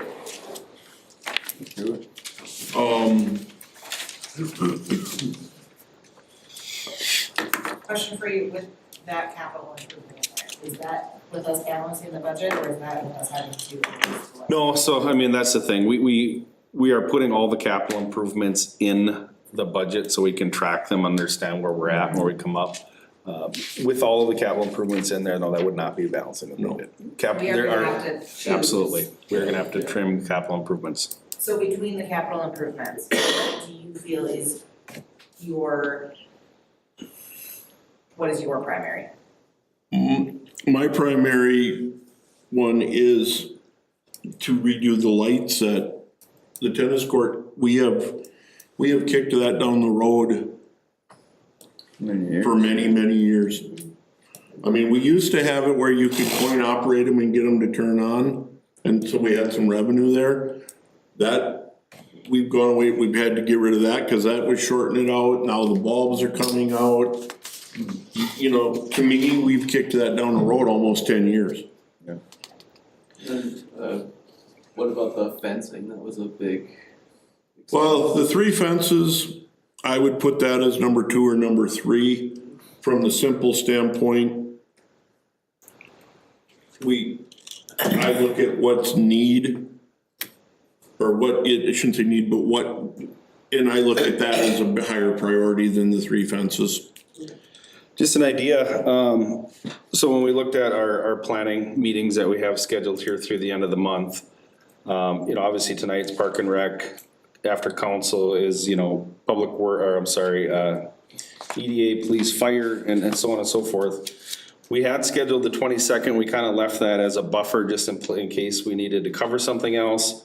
As I was reviewing some of these budgets and departments, the library and airport were not on that schedule, so my plan was on the 22nd. And those are gonna be short conversations, they're not large budgets. Was to go over those, I have meetings set up with each respective department head on those to discuss that. I know Morgan had brought up at the previous budget meeting about CIPs. If you'd like, I could add CIPs to that meeting and we could have a further discussion on that, if that makes any sense, cause I mean, we are gonna have to make some decisions. You know, and that might be a good time to talk about it, because by the 29th, we certify our preliminary levy, we're going to have to make decisions on CIPs, so we're gonna need some direction on that also. And we can certainly get those out ahead of time, so that you guys have some time to kind of digest that and what that looks like. And then on the 24th, if you remember from the last meeting, we do have that scheduled for we'll call it nonprofit grants for respective organizations to come in and present to council. You know, Tri-Valley, Golden Link, Oxcart, et cetera. So that'll be the 24th, and just follow up on that. We did send out notices to organization that applied last year, and then also sent it out community-wide. So the deadline for that is to come in at the end of next week. So we'll have a little better idea what that looks like, but we did open that up for anybody who is interested to apply for that, and then we can work through that on the 24th. So if you guys are fine with that on the 22nd, I'll use that as that meeting for CIP, library, and airport. And I think we can kind of digest that at that time if that works. Okay, thank you. So, page 7, moving on to page 8 is page 8 is, the skating park expenses all have been absorbed into the park shop, so we have nothing on that page anymore. Downtown Square. Okay, this budget here is basically the watering of the flowers downtown. It is basically, you look at it, it's $13,256. So if we didn't have any flowers for a year, we'd save $13,000. Yes, sir. I mean, what do you guys think about? So the flowers are sold by what, Yeah, like people buy the flowers. The They're people sold buy by the flowers, Commerce, but this Chamber is of Commerce. just the cost to water them. And this does not include the water. the flowers are sold by the Chamber of Commerce, if you remember. They're kind of memorial flowers or what, and then we water them Why for them. can't we say, I mean, I'm not saying a permanent thing, but can we say you have to buy and maintain your flowers? If you, I mean, The problem with that is they're 12 feet off the ground or something like that. Risk. Pick up. I mean, I love pretty things, but. I do too, it's just, I mean, we're talking, I mean, I'm not saying this is a permanent thing, maybe we can get back to this, but I'm thinking, what if we go a year or two without having this? I think too, maybe we could, Scott and I could have some discussion with the chamber and see if there's another, different solution or different option to hang off of, the poles, maybe that doesn't require watering. I don't know what that looks like. I don't know if that fits in their budget, cause if I remember, I think it's $65 per arrangement that, you know, people buy. Also, one of the things that I've done a lot of research on this one. Cause as I drive through Grand Forks and other towns, I look at how they do their flowers. For some weird reason that catches my eye now that I've dealt with these for all these years. We need to turn our flower hangers to the side so they're not hanging out into the street. They need to sit over the sidewalk. We could lower them when we turn them so that they're not 12 feet in the air. Cause one of the problems that we have is certain spots, it sticks out and when semis come by, they hit them downtown. What's the corridor project start? Well, that's just it, I think we, 27. So at 27, we're not gonna be able. We're not gonna have them either. Right, so I think we could hold off 2 years just because of the corridor project in 27. yeah, Cause I know it's been a discussion too about, having the hangers lower and that there's flowers hanging, maybe we can get storefronts to maintain them, water. And I think you could lower them to a point, but I would argue they still need to be high. If we lower them where you can reach them walking by, they're gonna be everywhere. They're gonna vandalize them. so I propose that we just skip this for this year on this budget. We can bring it up for next year and go from there and see what kind of response we get, but, I mean, was anybody else have any thoughts? I'd agree with that. I agree. The only thing that we are gonna have left in this budget would be $1,500 for the utilities at the Red Barn. Okay, yeah. So I misspoke when I said that we'd save 13, we'll save, Yeah, there'd still be $1,500 fee. it'd still be $1,500 there for the utilities for the Red Barn. And like I said, maybe we can find an alternate, something to hang from there that doesn't cost anything from the city. Maybe that'd be fine if they still wanted to do some type of fundraiser for that. Something other than flowers that don't have to be maintained, so we can work with that, but absolutely. Okay, So with the Red Barn though, I know there's talk of putting insulating and trying to figure out something for winter use. I've never heard that, so that's never been brought to me, so. That would be on a future CIP. So I mean, No, I'm just wondering about that. it's a good thought, because, I mean, is it, the land isn't level enough to put a nice skating thing there and then having that as a nice farming house that serves. That'd be pretty cool, yeah. Yeah, I can go out and check the level, but in my head right now, I'm thinking it really leans towards the school. I mean, It has to be handicap accessible. but I mean, yeah, if it's something we could, not this budget year, but maybe Right. future, I can put it in my notes for future reference. have a nice skating Yeah. thing down there and when, with Yeah. that red building being some type of a farming house plus type of thing that serves stuff in there. Okay, I'll put it in my notes. And I think it doesn't cost anything to get estimates. We get ballparks what that figure would cost to insulate that for council, just as reference in the future, so. Okay, page 10. Arena. Whoops, yeah, page 10. The arena. Looking at revenues. Walking track.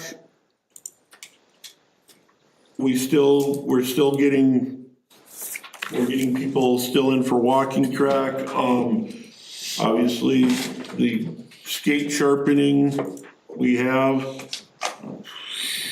If you come down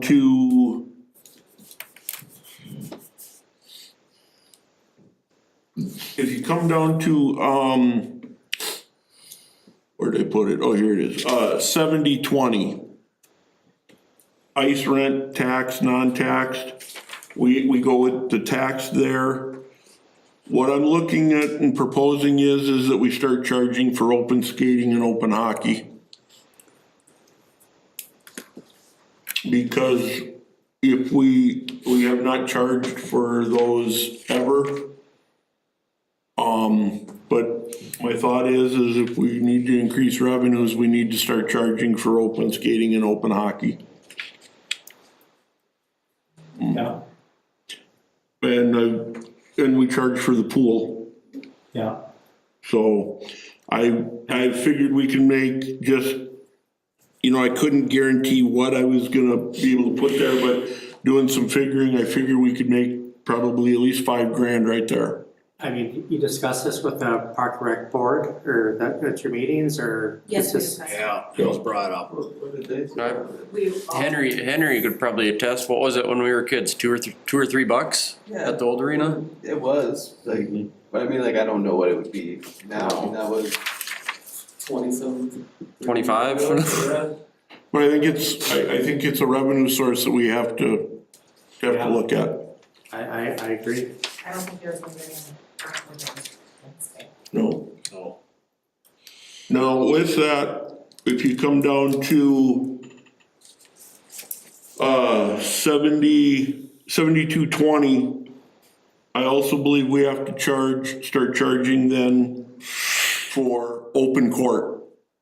When we have the basketball court in, the basketball courts, because we haven't done for that either. So, when you have them in there, that's primarily the CYBA using it, right? Well, they use it, yes, for the one weekend, but we keep it up for, once we take the event rink out, we put it down for a good two months. How often does that court get used in other than the CYBA weekend? Well, kids could, Jake would put in, and I know Pitt used to do this too, put in open court, and there'd be 20, 30 kids out there in the night. I think we should approach the CYBA because that's something that's down their alley of maybe, because they make a decent amount of money each year. Maybe they could cover that cost of having open basketball there and kids getting involved in basketball. I mean, I know when I was on the board, that would be something that I think I would be agreeable to because they wanna donate to all stuff basketball. I can get a hold of the president and talk to him, and see I if think they. it's worth asking them, but if not, Yeah. I mean, I would Yeah. start adding them. Okay. Along with this, we also need to, for a revenue source, we also need to go back to charging, and the Blue Line Club has agreed, we need to start charging them for their office. Somehow, some way, the contract disappeared and it hasn't been collected in 2 or 3 years. And, we need to go back to that. And under the old contract, it was $200 a month. And we need to do a new contract and get that going again. So I feel that is another revenue source we can bring in. That's not on here at all? No, I didn't know where to put it. I wanted to, but I wanted to bring it up. I mean, is that where's the line item for them, because they rent the concession from us, right? Well, the new contract is, I was not a part of the negotiations of it. Basically, as I understand it, they pay for stuff, they keep the concession money, and then if they pay for tournaments and stuff like that. Right, but they don't rent, they don't, I think a portion of that revenue comes back to the city, if I remember right, for concessions, is that correct? Well, I think not under the new contract. Okay, sorry. their contract ends this year, right? I thought we just negotiated it last year. I need to double check, I'll double check, but So it's your opinion that they're not renting the concession stand from us then? that's my opinion right now. Well, it goes back, But like I say, the trade-off was that they would pay for all the tournaments and equipment and anything like that. We can definitely look into that. I know I brought it up and it has been pointed out, but I've had people bring up to me, it would be nice if they could rent skates. Yes. Try out skating with their kids or their family, so. Doing the open skates, and I don't know what that would entail, but. If we're gonna be having people there that are somehow collecting revenue during open skate, because they're gonna be the people that rent skates from us.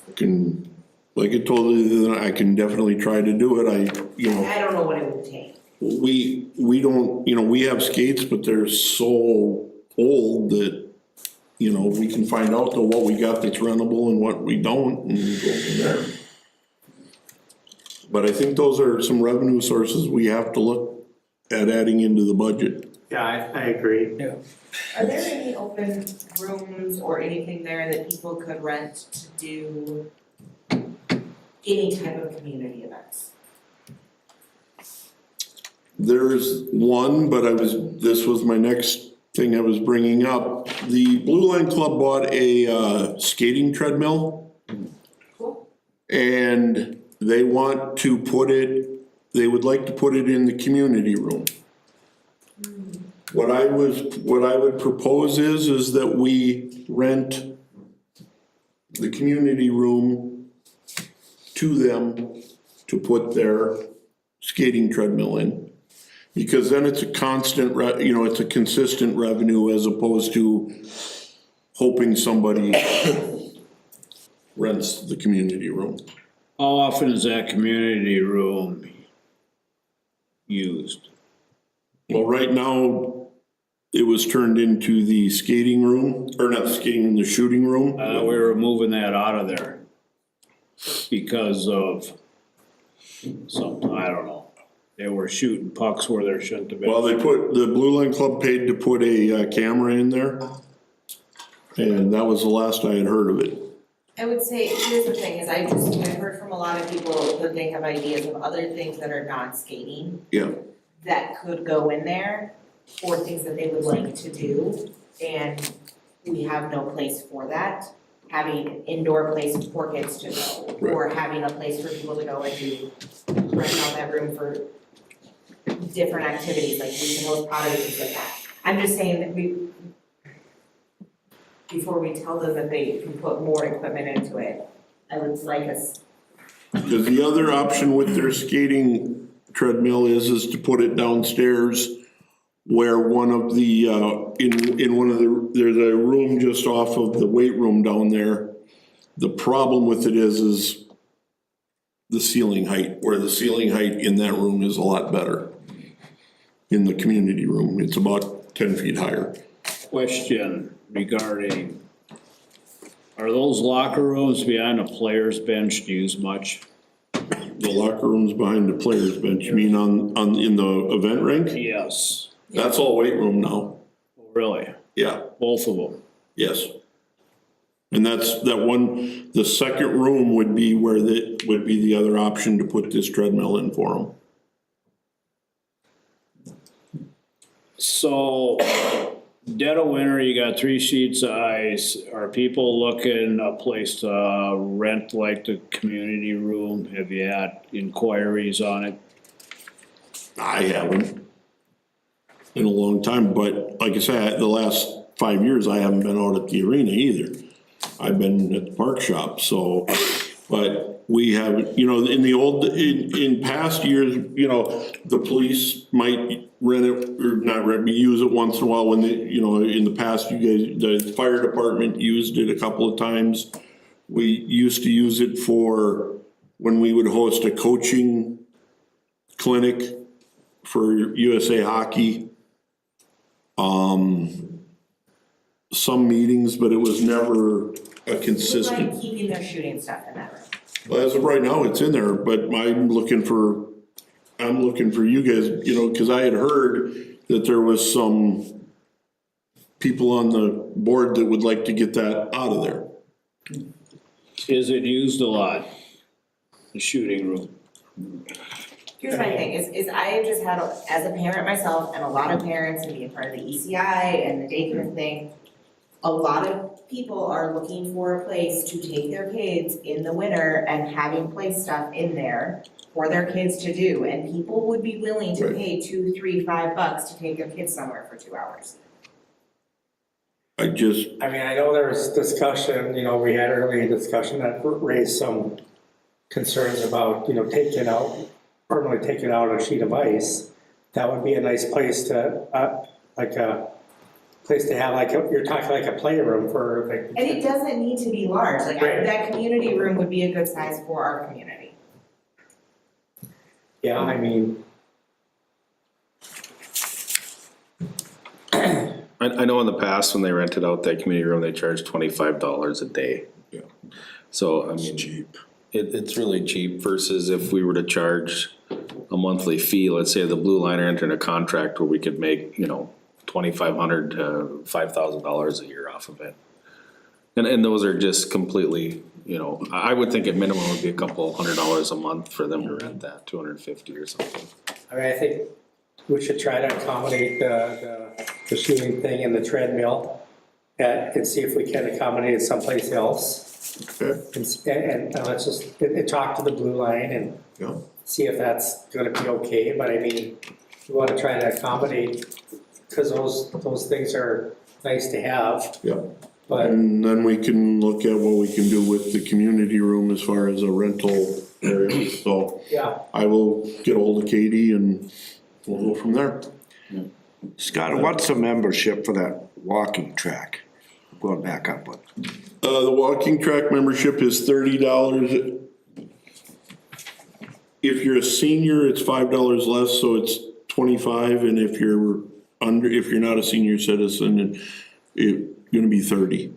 So is that, what, a year or a month or? A year. That's pretty reasonable. That's what it's been in the past. Do you think, the feedback or would be if we increase that at all? Nobody pays anyway, that, I mean, Yeah. parents bring their kids out there, you know, and while they're on the ice, they walk. Right. So it's tough to generate any revenue. Yeah. I suppose it's like a goodwill type of offer. It really has been the people that are, you know, there's people, like we just had a lady come in the other day. She was adamant, she wanted to pay her walking membership, you know, she was very good about it. Yeah, yeah, that's a point. I think there's some ways we can enforce it a little more. Yeah. One of the things is I wanna make sure we get to the people that have, you know, I think I gotta find ways to reinforce it. So there's- And enforce it. So what's the number of people using it offhand, do you know? Or guess, or? Probably, well, you look at it, we're looking at, where'd I lose it at? Walking track, we're at $575 we've collected this year. But the number of people that actually walk is probably 30 to 40, 50. I mean, there's people that come in a lot and walk. But once, like you said, and you know, the mayor said, it's people that come in, drop their kid off for practice and then they start walking. But what would happen if we put a donation slot there that said, if you're walking the track, please donate here? Maybe that would. Maybe that might be a better option than having the walking track membership. Yeah. I mean, The only thing with donations is they would have to go to council to be accepted. Because we can't just accept donations as a city. Sure. So, that's not a huge deal, is it?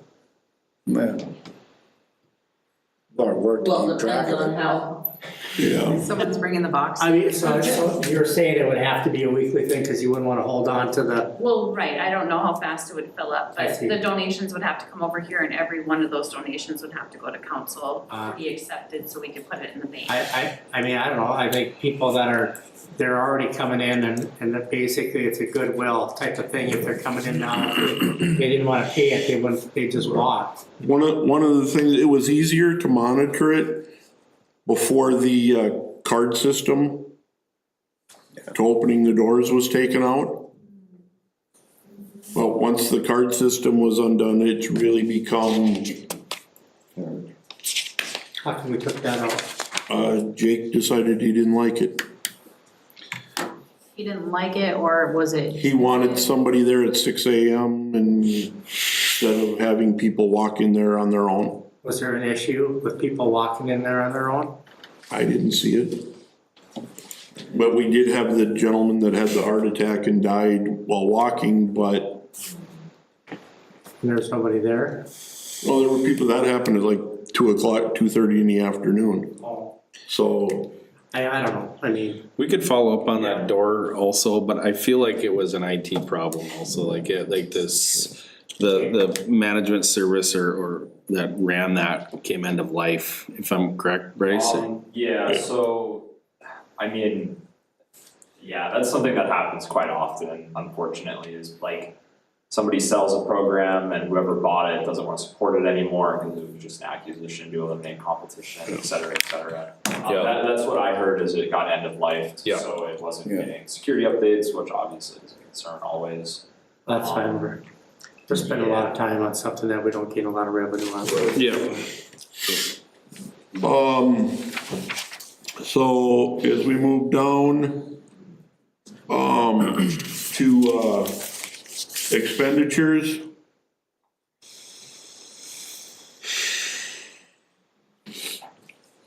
Really nothing that is, Nothing on that first page is salaries, salary-related benefits and everything else looks pretty static there. At page 11 now? 11, there's really nothing that is, Correct, yeah, page 11, unless there's any question, but all the expenditures on page 11 are salaries, salary-related benefits. page 12 is, repairs equipment, building repairs, maintenance, those types of things. That anybody see any glaring there? We got the last year we talked about the glass. Yes, we ordered glass this year out of the capital improvements, and I have it in, and we will be replacing as, Needed, right? yes. And for the building repairs and maintenance, said we budgeted 50,000, we're at 144,000. Okay, that, so I think somehow has the paint job in that, I'm not Okay. sure, yeah.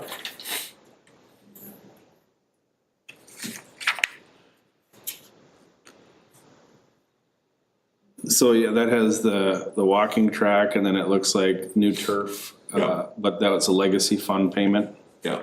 So it's Yeah, high, that's what but it I was, think a yeah. lot of those are gonna be reimbursements. There was another one for legacy, looks like the legacy fund is reimbursing for some of those, so that's gonna be deceiving. And to give you a heads up, they actually, the legacy fund called and said they would pay, and we're actually having it done right now, they're putting the walking track in the south entry now. They were working on it the last 2 days, so the south entryway will now have that walking track also in it. So that, the whole system out there now, we had a year or two ago, we had that whole system updated and redone and everything is currently working the way it should. Yes, So have we, since it's now working everything the way it should, have we seen any expense decreases just because of it's more efficient? I can't answer that, Delane, because I haven't, it was not in my, Because that would be under utilities, right? right. I can go back and look and try to figure out where we're at and if we've dropped or if we haven't. It's cheaper, Well, it's not actual, I mean, are you looking at the year-to-date? Yeah, the year-to-date actuals. We got like, how many more months left? Do we have issues with the cooling tower last year though? Yeah, and we got it fixed. Yeah, so that would, It should help an awful lot, with the energy consumption, yes. yeah. Yeah, we did, the cooling tower was gone through and fixed, So I'm just wondering updated this if summer. the 278 is, if there's any room there. Well, there is a little room there, cause what I did was, is I took what we have spent this far this year, and then per month, and then times it by 12. We can look a little bit more into that, Delaney. It looks like it was a 5% increase in that, just to kind of, Right. You know, for any utility increase or anything, and I think the I average. was and maybe I'm wrong, I was just hoping that once we got everything running to peak performance, that we were going to see some savings, I guess, at the end of the year for the total utility bill, but maybe I'm. Pretty relative, I mean, no different than your house, how many 20 below days did we have, how many 100-degree days did we have, you can't. But the arena, because it wasn't being maintained properly, was, for what we were told, was running inefficient. Right, yeah. And then because it hasn't worked right since we built the thing, and then 2 years ago, we spent a lot of money, or who was the company? yeah, Wired. Yeah, they come up and they fixed everything, so at that point, I thought the utilities might. Well, I have noticed a big difference in, we've been able to cool the building in areas that we weren't able to cool the building in.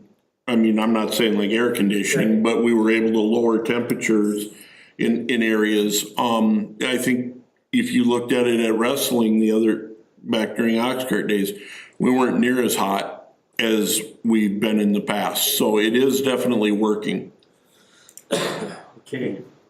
Then did we sign a service with that company so they come and fine tune stuff every? Well, as far as they monitor the air handlers and all that, yeah. All right. They have nothing to do with the condensers and all that, but as far as the air exchangers and everything, they monitor it for us.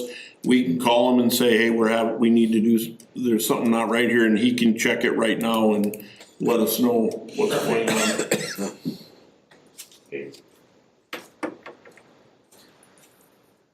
Then, for other improvements, is that where the painting was? Because, yeah, there was. Yeah, that's my fault. That was the painting and the glass. Yeah. Okay.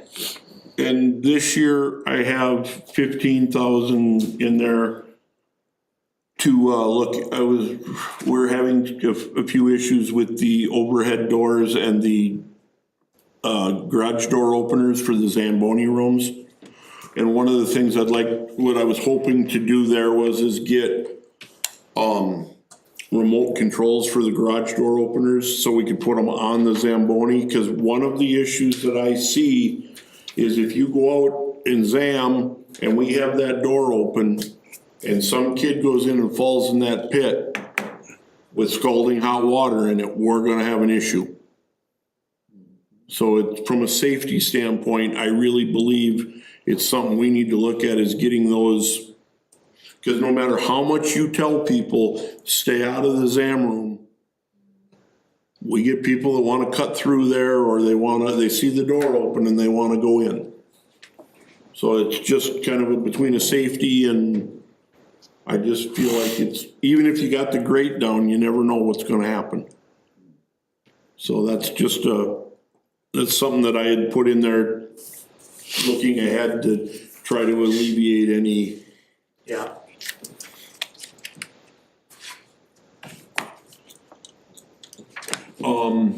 Moving down to page 13, that is the old page from when we had the golden link under our budget.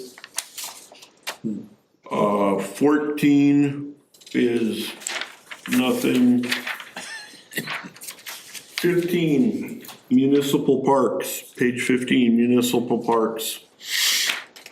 This is one of the bigger parts of the budget. this is where all the mowing,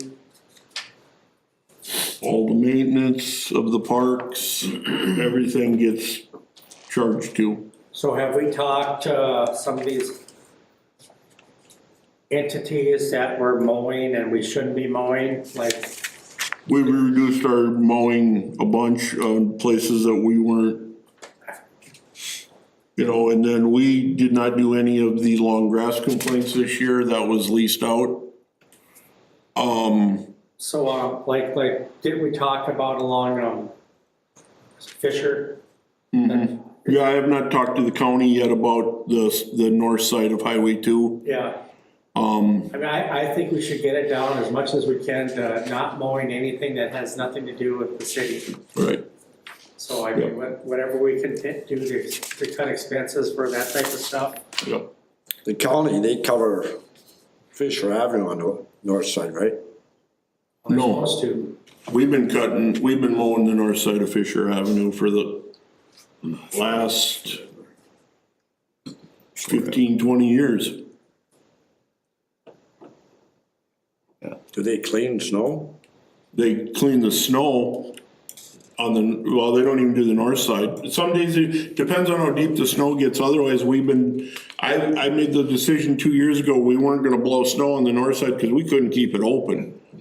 But we've always done the south side of Fisher Avenue because somehow that walking trail, you know, that sidewalk ties in with our walking trail, so but the north side, we have, because of the blowing, we just kind of thrown our hands up, because I don't have big enough to handle some of the drifts that Have get a over. conversation with them about mowing it? No. And if they, I mean, is there a chance that they won't mow it? Yeah. I don't know, you know, I'll have to find out, but I think there's always a chance that they're gonna say they're not gonna mow it. I mean, why not? What, can't we have the nuisance people mow it and send them the bill?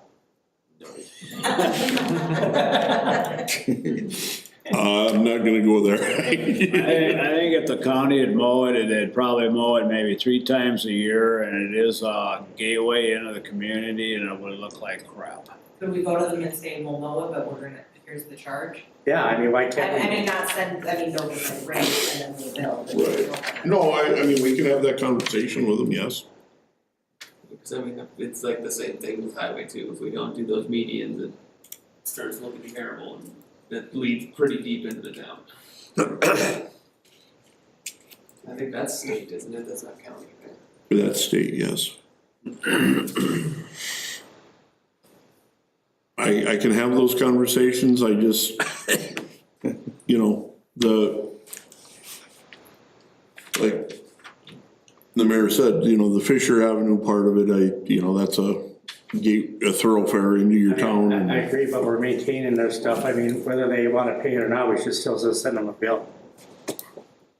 I mean, I pay taxes to the state too, so Yeah. my tax dollars would go to.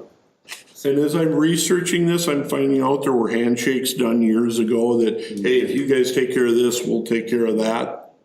I'm still learning what all of those were. Or was So- it done though? Huh? Was it done though? Well, that I can't guarantee, Clayton. What is the benefit? What are we getting? Right. In the long run, alls I can do is keep researching and let you know. Well, I guess the main thing is if any stuff that we can not mow to save expense and whoever's supposed to do it, have them do it, but we'll have to, if they're not gonna do it, then we'll have to talk about it, I guess. Yeah, and, okay.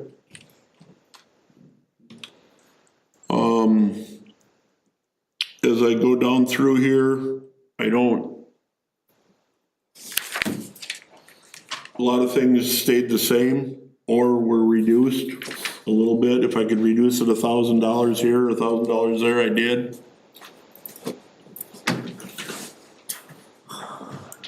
So the budget went up from previous year about 683 to 723. That's probably a lot to do with salaries. Salaries and CIPs. And then the last page would be trees. And that's to replace boulevard trees and trees all over the, you know, in parks and stuff like that. And with that is, I guess any questions on what I proposed here? So, Sorry, Jolene, but I just noticed that there have been significant increases in the workers' compensation in a couple of these areas. Have there been big accidents? Or a lot of accidents? So previously, we had someone out on workers' comp, and those claims, because they were all very long-term, are still affecting our premiums. So even though our rating factor was going down every year when we did our audit, we had to pay additional money. So like last year, you know, we reduced the workers' comp because they said our rates were gonna be that. Well, when we did our audit this year for last year, we had to do that. So instead of reducing it based on the factor, they're leaving it. So basically, we're adjusting it back to where it should have been.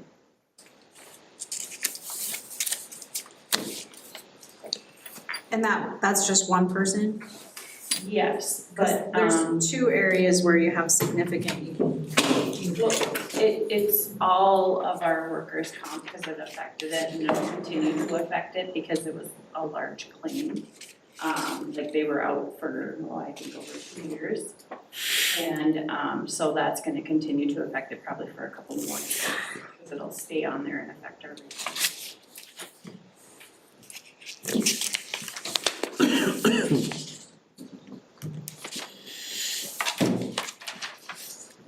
Sorry, Scott. Oh, you're okay. no, that's right. So explain to me how this tree revenue works and the expenditures and what's all involved with all of that. The tree revenue? Yeah. It's not revenue, it's expenditure. So Yeah. we're, Last page. No.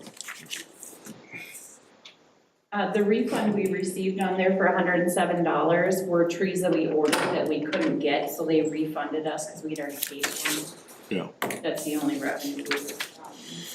so we're at like almost $500,000 deficit on this. Am I looking at this right?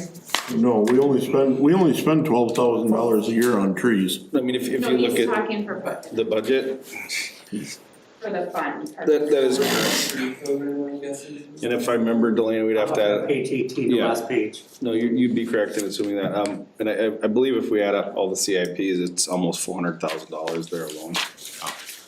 So again, remember, these include all of the CIPs. Oh, I'm sorry, and yes. the CIPs would also be from, you know, essential necessity, like a must versus possibly something that could be pushed down the road. So it looks bad when you look at it, but again, that's why we'll have those CIP discussions coming up.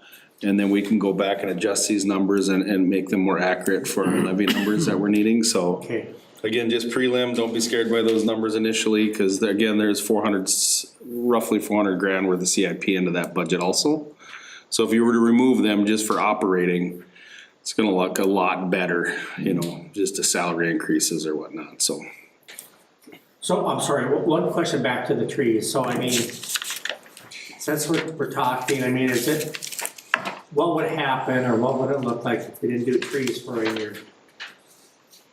I mean, is that crazy talk or what? I mean, if we just didn't have the trees to get done for a year, would that be like detrimental to our community? So this is just planting all of our trees, right? This is boulevard trees, this is park trees, this is, taking down trees, take that down. well, and right now I'm in the middle of working with the U of M extension. We are getting we're in the process of us and Monoman hiring someone to come in and do a GIS survey of all our trees that are diseased. And the U of M is paying for, the U of M is paying for it. And they're gonna pay for this person to go and count the number of trees that we have that need to be taken down. We have a large number of ash trees in our community, and emerald ash borer is moving this way rapidly. So in the next 2 to 5 years, we could lose a lot of trees. And if you don't replace your canopy, it affects. So when we're replacing trees, we're not getting ash. No, we're not getting ash, no. We are replacing mostly with lindens, maples. I've used some pine trees to replace in spots, but on boulevards, we're using lindens and maples. Scott, do we still have we don't have a tree farm anymore? No, we do not, but I actually bought $300 worth of little trees this year that I started to grow, and I'm starting to grow them down at the old park shop. I've had them in the gravel bed. I have a gravel bed down there that I built that there's 40 trees in there right now that we're going to pull up, because when you put them in the gravel, it makes their root system grow out farther. And now we're gonna put them in the ground, and I'm actually working to restart our tree farm.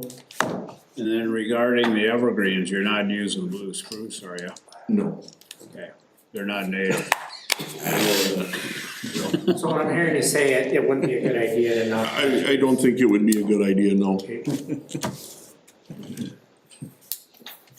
Matter of fact, I just was on a Zoom call this afternoon about this whole thing, and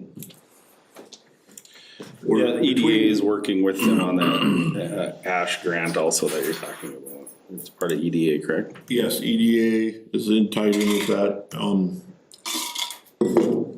We, between emerald ash borer, or the emerald ash borer, and then Dutch elm,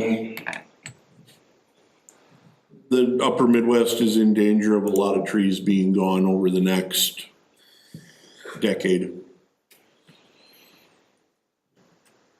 All right. Not to be the bearer of bad news, but Okay, so, and then just a reminder, right, after council meeting on Monday, we'll do EDA police fire. We'll have those sent out so you can review them over the weekend coming into Monday. I think unless you guys have any other questions, I think we're done with Park and Rec here. Are we planning on meeting? We are, so just, I can refresh, so the 15th after council, the 17th, again, 15th after council's EDA police fire, the 17th, we're doing public works, the 22nd, right now will be airport, library, and CIP discussion, 24th will be nonprofit grants, and 29th is to discuss and set final levy numbers. Okay, thank you, everybody, we are adjourned. Thank you, Jared. Thank you.